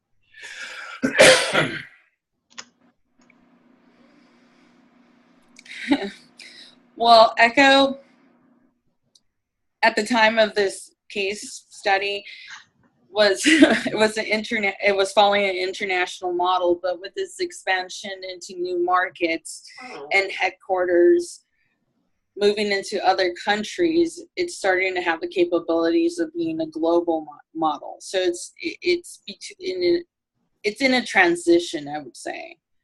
Decisions are decentralized and interdependent because of all the different facilities in different countries, but then again, the design, the major decisions are still made at the headquarters in Denmark. So everything still surrounds that. And what's interesting there is that with decentralized and interdependent, the textbook uses those exact words to describe the characteristics of transnational business models. On the other hand, we've heard that the decisions regarding design, where operations are going to be located, what the processes are, they're centralized. That's decided in Denmark. And then we've got a center for global, right? Yes. The folks in the field do what is decided in Denmark, and that is that centralized control is more characteristic of a global model. So I think, as Homer pointed out earlier, I think it was Homer, we seem to be in a transition where, in this process that he described, where we started out, as you pointed out, with that international model. We've moved into global. Looks like along the way we passed, or right after that, we got multinational at the same time as global. And again, we've heard in the textbook that when you start combining models like that, you end up with something called transnational. Is ECCO transnational now? Would be a great question. Maybe I should think about asking that one, because the real issue is how far has ECCO moved toward transnational. My own instincts tell me that they're well on the way, but they haven't got to the end of the road yet.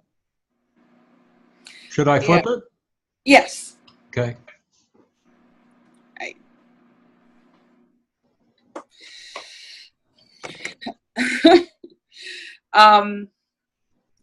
Well, I described Ansoff's growth chart model earlier, so we don't have to go through that. We are all familiar. Vertical integration, where the upstream and downstream of the supply chain, you can see that from cow to shoe. It's the same thing as a value chain, just vertical. We discussed how it was international. There it is on YouTube. What was that voice in the background? Let's hear that again. There was a guy that said something. I'm sorry, Mr. Dr. Ron. That was me, Walter. Okay, what were you saying? Or was that just background noise? That was background noise. I had a comment to my wife. I'm sorry. Oh, okay. I thought you were going to comment, and there is a good comment here. This slide is a very good summary of the strategies that we've heard about. Okay, but where it says international, we would might be have international, comma global, comma multinational, and then another bullet would be transnational question mark. Oh, okay. Yeah, but we've heard about all three of the Yeah. basic models, and so the $64 question is it transnational? Damn, I think I'm coming up with a question. So we already went through Yeah, this is those strategies, so I don't have to elaborate. right. It's a great summary slide, though. Oh, thank you. Okay. And here's the vertical integration value chain. You can flip it over. So it's the exact same thing as the value chain, but if you just flip it to the side, you'll see the upstream and downstream. And then I found this other model. Right. If you turn it on its end, you've got upstream and downstream. Yeah. So, and that was just kind of an interesting model to see it with 8 icons, how the process value chain. Okay. Okay, we could go through that. And Gemma Watt's AAA triangle. That's also mine. So I would say that adaptation has been pretty much half of what they've been doing. They've been adapting with new management, new emerging markets, new products, new procedures to put the products out there a little bit faster. And they have had success with certain shoes that did not take as long as it usually does to develop a new product. Let's see, arbitrage. I would say it was 15%. It's their low costs from labor, offshoring, and they give that advantage to the customer, and they give them the best value costs for a high quality product. Aggregation. Let's see today. Arbitrage, aggregation. Let me give you a little help here. Yeah. Okay. Yeah. Gamma Watt's triangle is a relatively new arrival, even though his article is not. But what it describes is the activities that are taking place. And the reason that's so valuable is because all the models we've looked at so far have been descriptive models. They just look at, basically you look at it and you say, that's a Ford, that's a Cadillac, that's a Chevrolet. Okay, the question is, what's inside? What makes a Cadillac different than a Chevrolet? And you got to look under the hood, right? And what Gemma Watt's given us here is an analytic model. It describes what happens. Okay, so in an adaptation, when adaptation is strong, you're talking about a multinational model. You're talking about a polycentric attitude. You're talking about a company that is adapting largely in a marketing sense, not entirely, but adapting to market conditions, responding to market requirements. Aggregation flows from standardization and the aggregation of assets. It is often the result or apparent in global models where it's all about accumulating assets wherever they may be located. The reason you can accumulate assets from that are located all over the map is because they're standardized. They all come together easily. If they weren't standardized, then you couldn't aggregate them. You'd end up with goulash. But in this case, what you get is a nice, smooth porridge. And arbitrage is exactly what ECCO does when it goes to Asian countries or to Asian countries, I guess, or Southeast Asia, in order to obtain low cost. So it produces leather and uppers and tans the leather and for a low cost, and then it puts it into a shoe elsewhere and sells it for a high price. If ECCO did all of its work back in Europe, boy, would its cost be high, and its price would be so high that people couldn't afford the shoe, even though they're so wonderful. So this is an arbitrage place where we go to another country to get something that would be much more valuable and much more costly in another country. And so if you had a chance to do this over, you know what I'd do? I'd put these at about 33% each. Okay. Because no question about it, with all this styling and branding that you're talking about, all these new products with all these nice colors and what have you, they're adapting to the demands and the market conditions in the countries they do business. Aggregation is what made this thing, what happened as they got global. Adaptation is what happened when they moved into other countries and met style requirements. And arbitrage is what keeps the company's costs low enough that people can still afford this shoe that otherwise would be very costly to produce. And what usually flows from a consideration when we think about Gemawatt's AAA model, is that when you've got all three of these things significant, they don't have to be equally weighted like a third, and a third, but if they're all significant, then you've got to consider the possibility that you're dealing with a transnational model, because adaptation is multinational, arbitrage is often done in an international model where you just make the product wherever you do it the same way, but basically you're trying to produce something of greater cost. It often is found in an international model. Aggregation is what globalization is all about. So if you got all three of these things, you've got to ask yourself, is this a transnational model? And at a minimum, we can say that we've got all three of these forces abundantly present in ECCO's business model. Pardon me, Claudina, but this is a really important model, and once you learn it, once you've seen it, someday if you're doing business internationally, you'll just be sitting at your desk and AAA, just maybe you'll have a bad dream or something.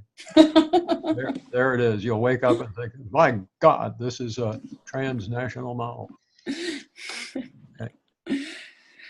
So now what you're doing here is you're explaining the A, and the A, if I've got it. Okay, yeah, so there's adaptation. The reason by the way, pardon me for being a little forthcoming here, but we've been at this for 2.5 hours, and I feel sorry for all you folks. We can skip because it's just here's adaptation then. Yeah. Here's aggregation, and it's a big deal. Aggregation has been the bulwark, the foundation of the ECCO business model, and arbitrage became the way in which they could do what they want to do with their special, with their differentiating features and not go broke doing it, or better still, not make the customer go broke. Yeah, and they have the ultimate decision on what kind of quality they can offer. Right. And they make quite a bit of money selling their leathers to, as someone pointed out, to car salesmen or people who make cars, other businesses that make purses and stuff like that. So, right. They're selling their leather to car manufacturers, aren't they? Yes. They sure are. Look at this conclusion here. Boy, you pinned the tail right on the donkey. Trending from international to global and eventually transnational. We missed multinational. Okay. Sort of passed through that along the way, but we got plenty of that in the recording here now. Yeah. Okay. And yeah, we've already stated the stuff, the new talent, the use of social media, forming new departments, e-commerce, new stores. Yep. Huh? Okay. So We're almost there. who's doing implementation? It's still me. I know. My God, God, I know. you must have been up all night for many nights. Yes, I was. Okay. So the implementation approach, we are going to implementation of strategy. I can't stick my cursor in here and add the Okay. do, but just for everybody's, when you're watching this video, we're talking about the implementation of strategy, right? Yes. Okay. Go for it.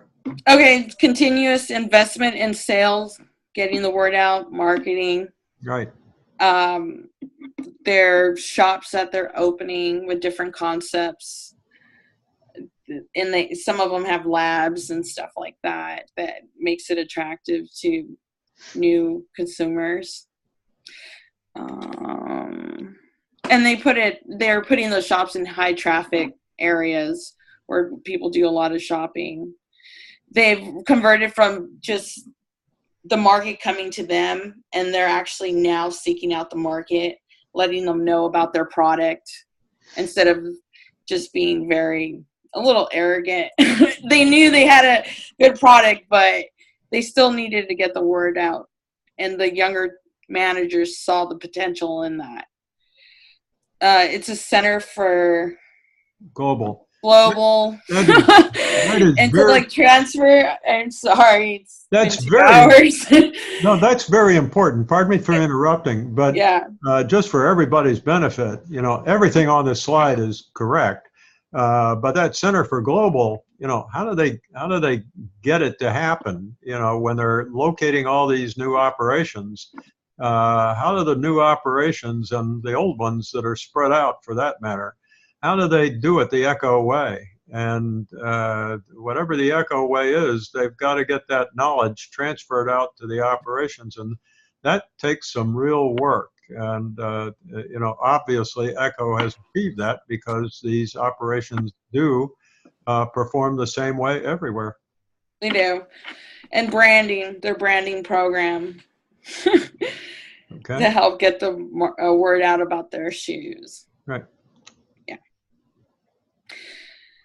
So they've not only created an alliance with some the Thailand subsidies and the news production side in India, but they've also created an alliance with consumers. They go back and forth finding out what they like, what's their preference, what the market wants. And that, again, is from the young new talent and managers. Their R&D capabilities are amazing. They're constantly trying to find a better way of doing things and always pushing the bar. So they're always benchmarking expansion in e-commerce, like we discussed, and their value chain expanding into retail stores. Absolutely. Conclusions. Who does conclusions? Oh. Who does conclusions? Well, we all came up with it together, and I just. Do you want to take a break? Slide. You must. Yes, I do. I'm hoping somebody can take it over. Let's hear from one of the other teammates here about the conclusions. Who also is familiar with the conclusions? Well, we came up with it as a team, but I don't mind just okay. reading off what each of us thought, since we all contributed it. ECCO's international strategy has been extremely successful in the past. However, as the company evolves, it involves the activities in new markets. So it would have to transition to the global strategic model. that wasn't clear yet. But that's because it needs to retain its competitive advantage. So ECCO's current international strategy is to achieve the best cost without compromising the quality of its products. That theory is applied throughout the entire value chain, upstream and downstream. Yeah, and I think your first statement, instead of it would have to, it has transitioned, right? Yes. And instead of to, it's through. It has transitioned through a global strategic model. I didn't want to change anyone's words. So. That's all. It's okay. Okay. I saw it too. So the next slide, to further the questions in conclusion, the rapid growth of ECCO is calling for a strategic move away from just running solely on centralized decision making from the home base, from headquarters. So as growth continues throughout the global, Hey. Oh my God! It was rushed through. No worries. Like, it's okay. Claudina, you were wondering about why things were kind of shifted over a while ago. I think with all the readjusting of all this, trying to figure out how we can compress the files, a lot of the pictures got deleted. So that's why some things have looked kind of random. So don't worry. Okay. So anyways, as growth continues throughout the global value chain, a need for interdependence throughout the business units will become necessary for effectiveness, and it has in the national response to each market. Right.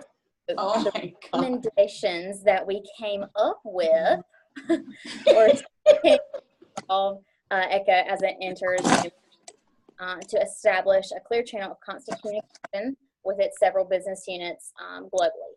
So to continue to invest in research and development, sales to growth in its market, and then to begin to preparing to transition from a global strategy to a transnational strategic model, which, as we've mentioned, will happen. Well, but it's a good recommendation, and the reason I think it is because of this comment about interdependence in the prior statement. Even though the statement's a little awkward, as you move into a transnational model, you have to trade off decision making. You can't make all the decisions at the center any longer. Some of the folks out in the field, and what do we see at ECCO? We see that they have a manufacturing headquarters in, is it Singapore? I think it's Singapore, isn't it? Yes. Okay, so that's a big change. Marketing is somewhere else. It's back in Denmark. Design is in Denmark, but what we see is the spreading out of decisions because the business has gotten, and the business model has gotten larger, and it has definitely gotten more complex, more complicated. And when things get complicated, as they get more complicated, it gets very difficult to manage things centrally. And once again, this new young management has picked up on that. And so the decentralization of decisions has begun. Models? Oh, these are the models that you found. Oh, this is a runway thing or something. You were, and what do I see? Legs. And I'm thinking, is this really models? Okay, but in any event, this is a summary of the models that were prominent in the case. Very good. Okay. Oh my God. All right, so let's stop sharing. And here we are back together. We may have lost some people. No, most of them. Oh, hi, Walter joined us. Okay. And poor Claudina, she's been at this for 48 hours a day, 10 days a week, and she's just ready to pack it all in now. And she's worked very hard, as has Homer, to coordinate this thing, and I think they've done a great job, and I think the team has too. For one reason, you guys went first, and Set the bar high. huh? Set the bar high. Well, you did set the bar high. I think that the folks who are going to watch this recording are going to sweat bullets, because you guys have really done a great job. You covered everything and you did it really well. If there weren't a couple of hitches along the way, you wouldn't be human. But you've covered just about everything. You've done it well, and I'm quite pleased. I'm very impressed. I guess now it's time to try to come up with a question, and I've been taking notes. And good Lord, some of the things that I've picked up on are, of course, evolution of business models, international to geographic to multinational to. We had a brief mention of Porter's model. Remember that where competitive advantage is located will determine preference of a business model. You remember that article that you all hated, right? Because it was so long, right? Yeah, everybody hated that article, and yet it's probably one of the most important articles on international strategy ever written, and it's still, even though it's not recent, it still guides international strategic thinking. That article by Porter on the sources of competitive advantage in what he called global commerce. He was really talking about international business and where competitive advantage comes from in the value chain. Here we see kind of something funny. If Porter was right, then the competitive advantage was flowing, was being developed as the company developed its strengths in one part of the value chain to the next, to the next, to the next. It started out upstream, didn't it? Or on the left, if you were going from left to right. But it started out upstream, and then, as things got stronger and stronger, they became global, became more multinational, and eventually it looks like they're moving toward transnational. And those competitive advantages were responsible for the differentiation that ECCO has, primarily from its excellent quality, but it learned, and its modern management learned, that if it just kept, knocking the cover off the ball quality-wise, the damn thing would cost so much that nobody could afford it. And so they moved toward this very efficient operating system that they have. And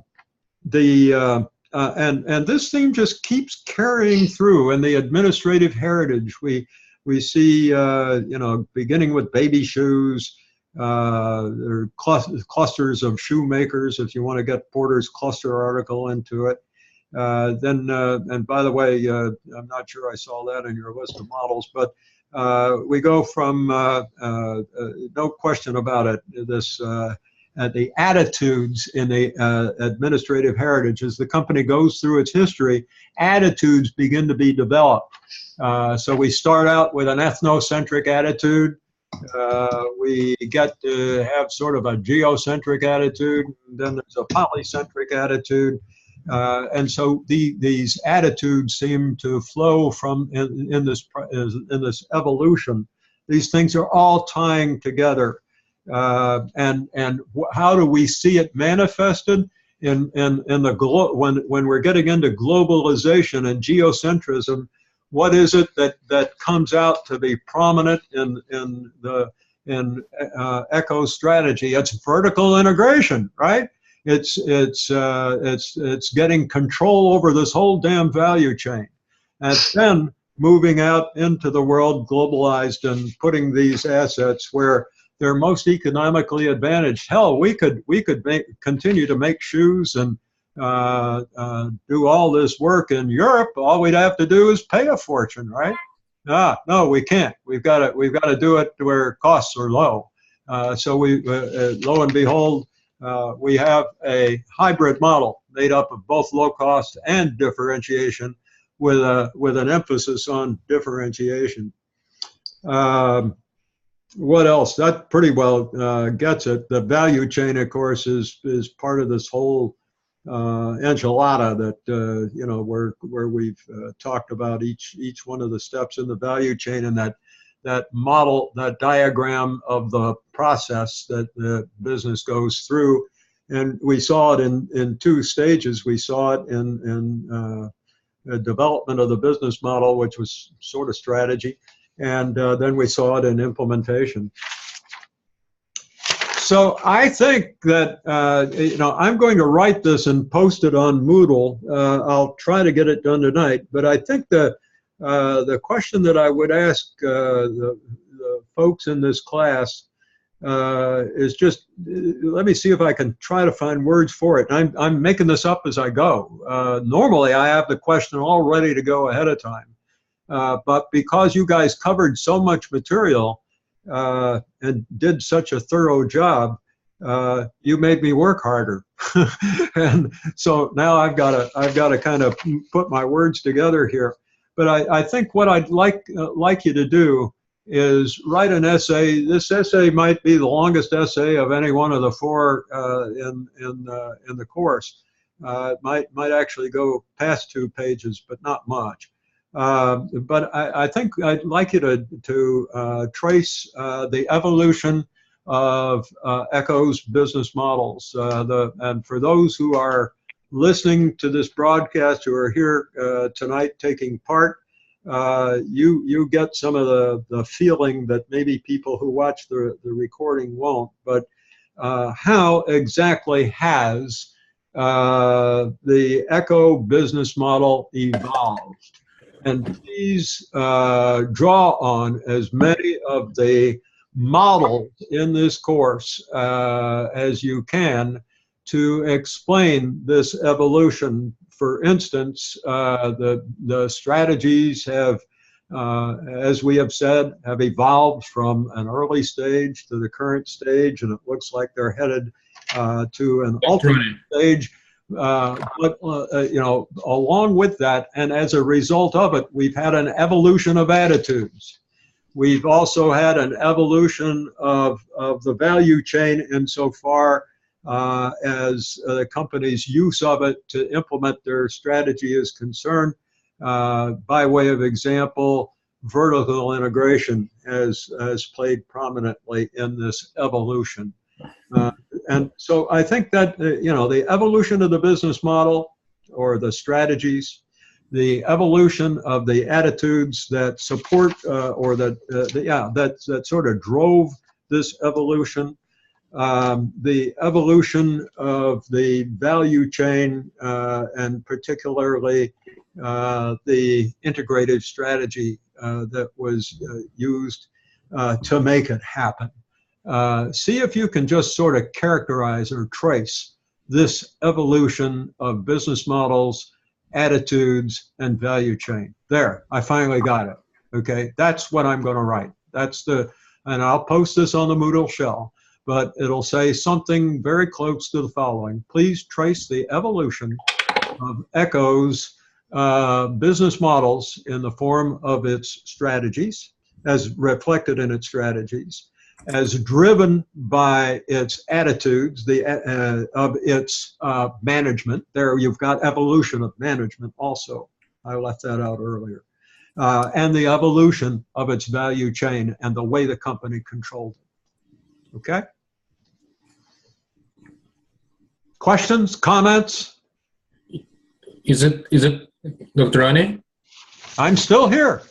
Yes. Is it that the ECCO was created as an international company and then it? Yeah. The evolution always starts with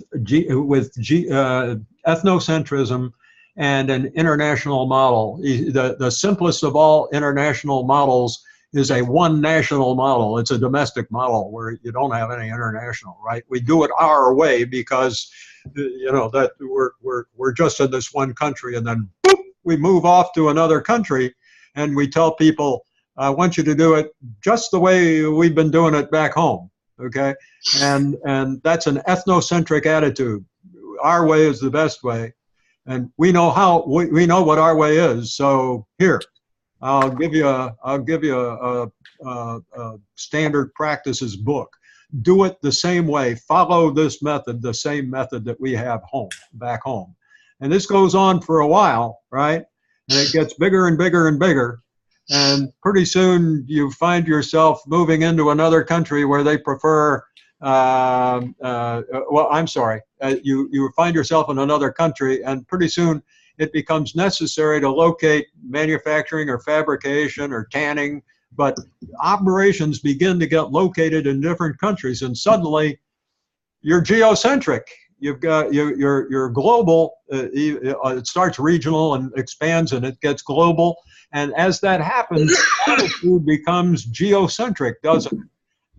And then people start asking for more models and more styles and different kinds of products, and you adapt to local tastes, and pretty soon you're multinational as well as global. And as these begin to mix along with that international, with that ethnocentrism too, you got ethnocentrism, polycentrism, geocentrism. You got all these models sort of mixing up. And so the question is, how far along in that process is the company? Shirzad? Shirzad didn't like my answer. You could see that. He shut his camera off and he walked away. No, I'm here. I'm here. Did I answer your question? I hope I did. Yeah. I'll have to watch it again once you'll submit it to YouTube, because I think I have too much information in my head. I don't blame you. I think everybody agrees with you on that. I think you need to fast forward on your YouTube, though. I wouldn't want to watch all 3 hours again. Anything else? Are we getting any extra credit for presenting first? Maybe. Yeah, maybe. Yeah. But I don't think most of you need it. I think that where I would perhaps give a little extra credit is to team leadership and participation and that sort of stuff. And but I think as a general proposition, this has been a very effective, productive team. So if you guys are, well, I think at this point I'm going to stop recording, right? Because it's going to take forever to convert this to a YouTube file. I mean, you know, I don't know whether I'll stay up all night doing it, but it's going to take quite a while. So for those of you who are watching the recording, this is the end of our broadcast and our presentation of the ECCO case and the evolution of the ECCO business model. And that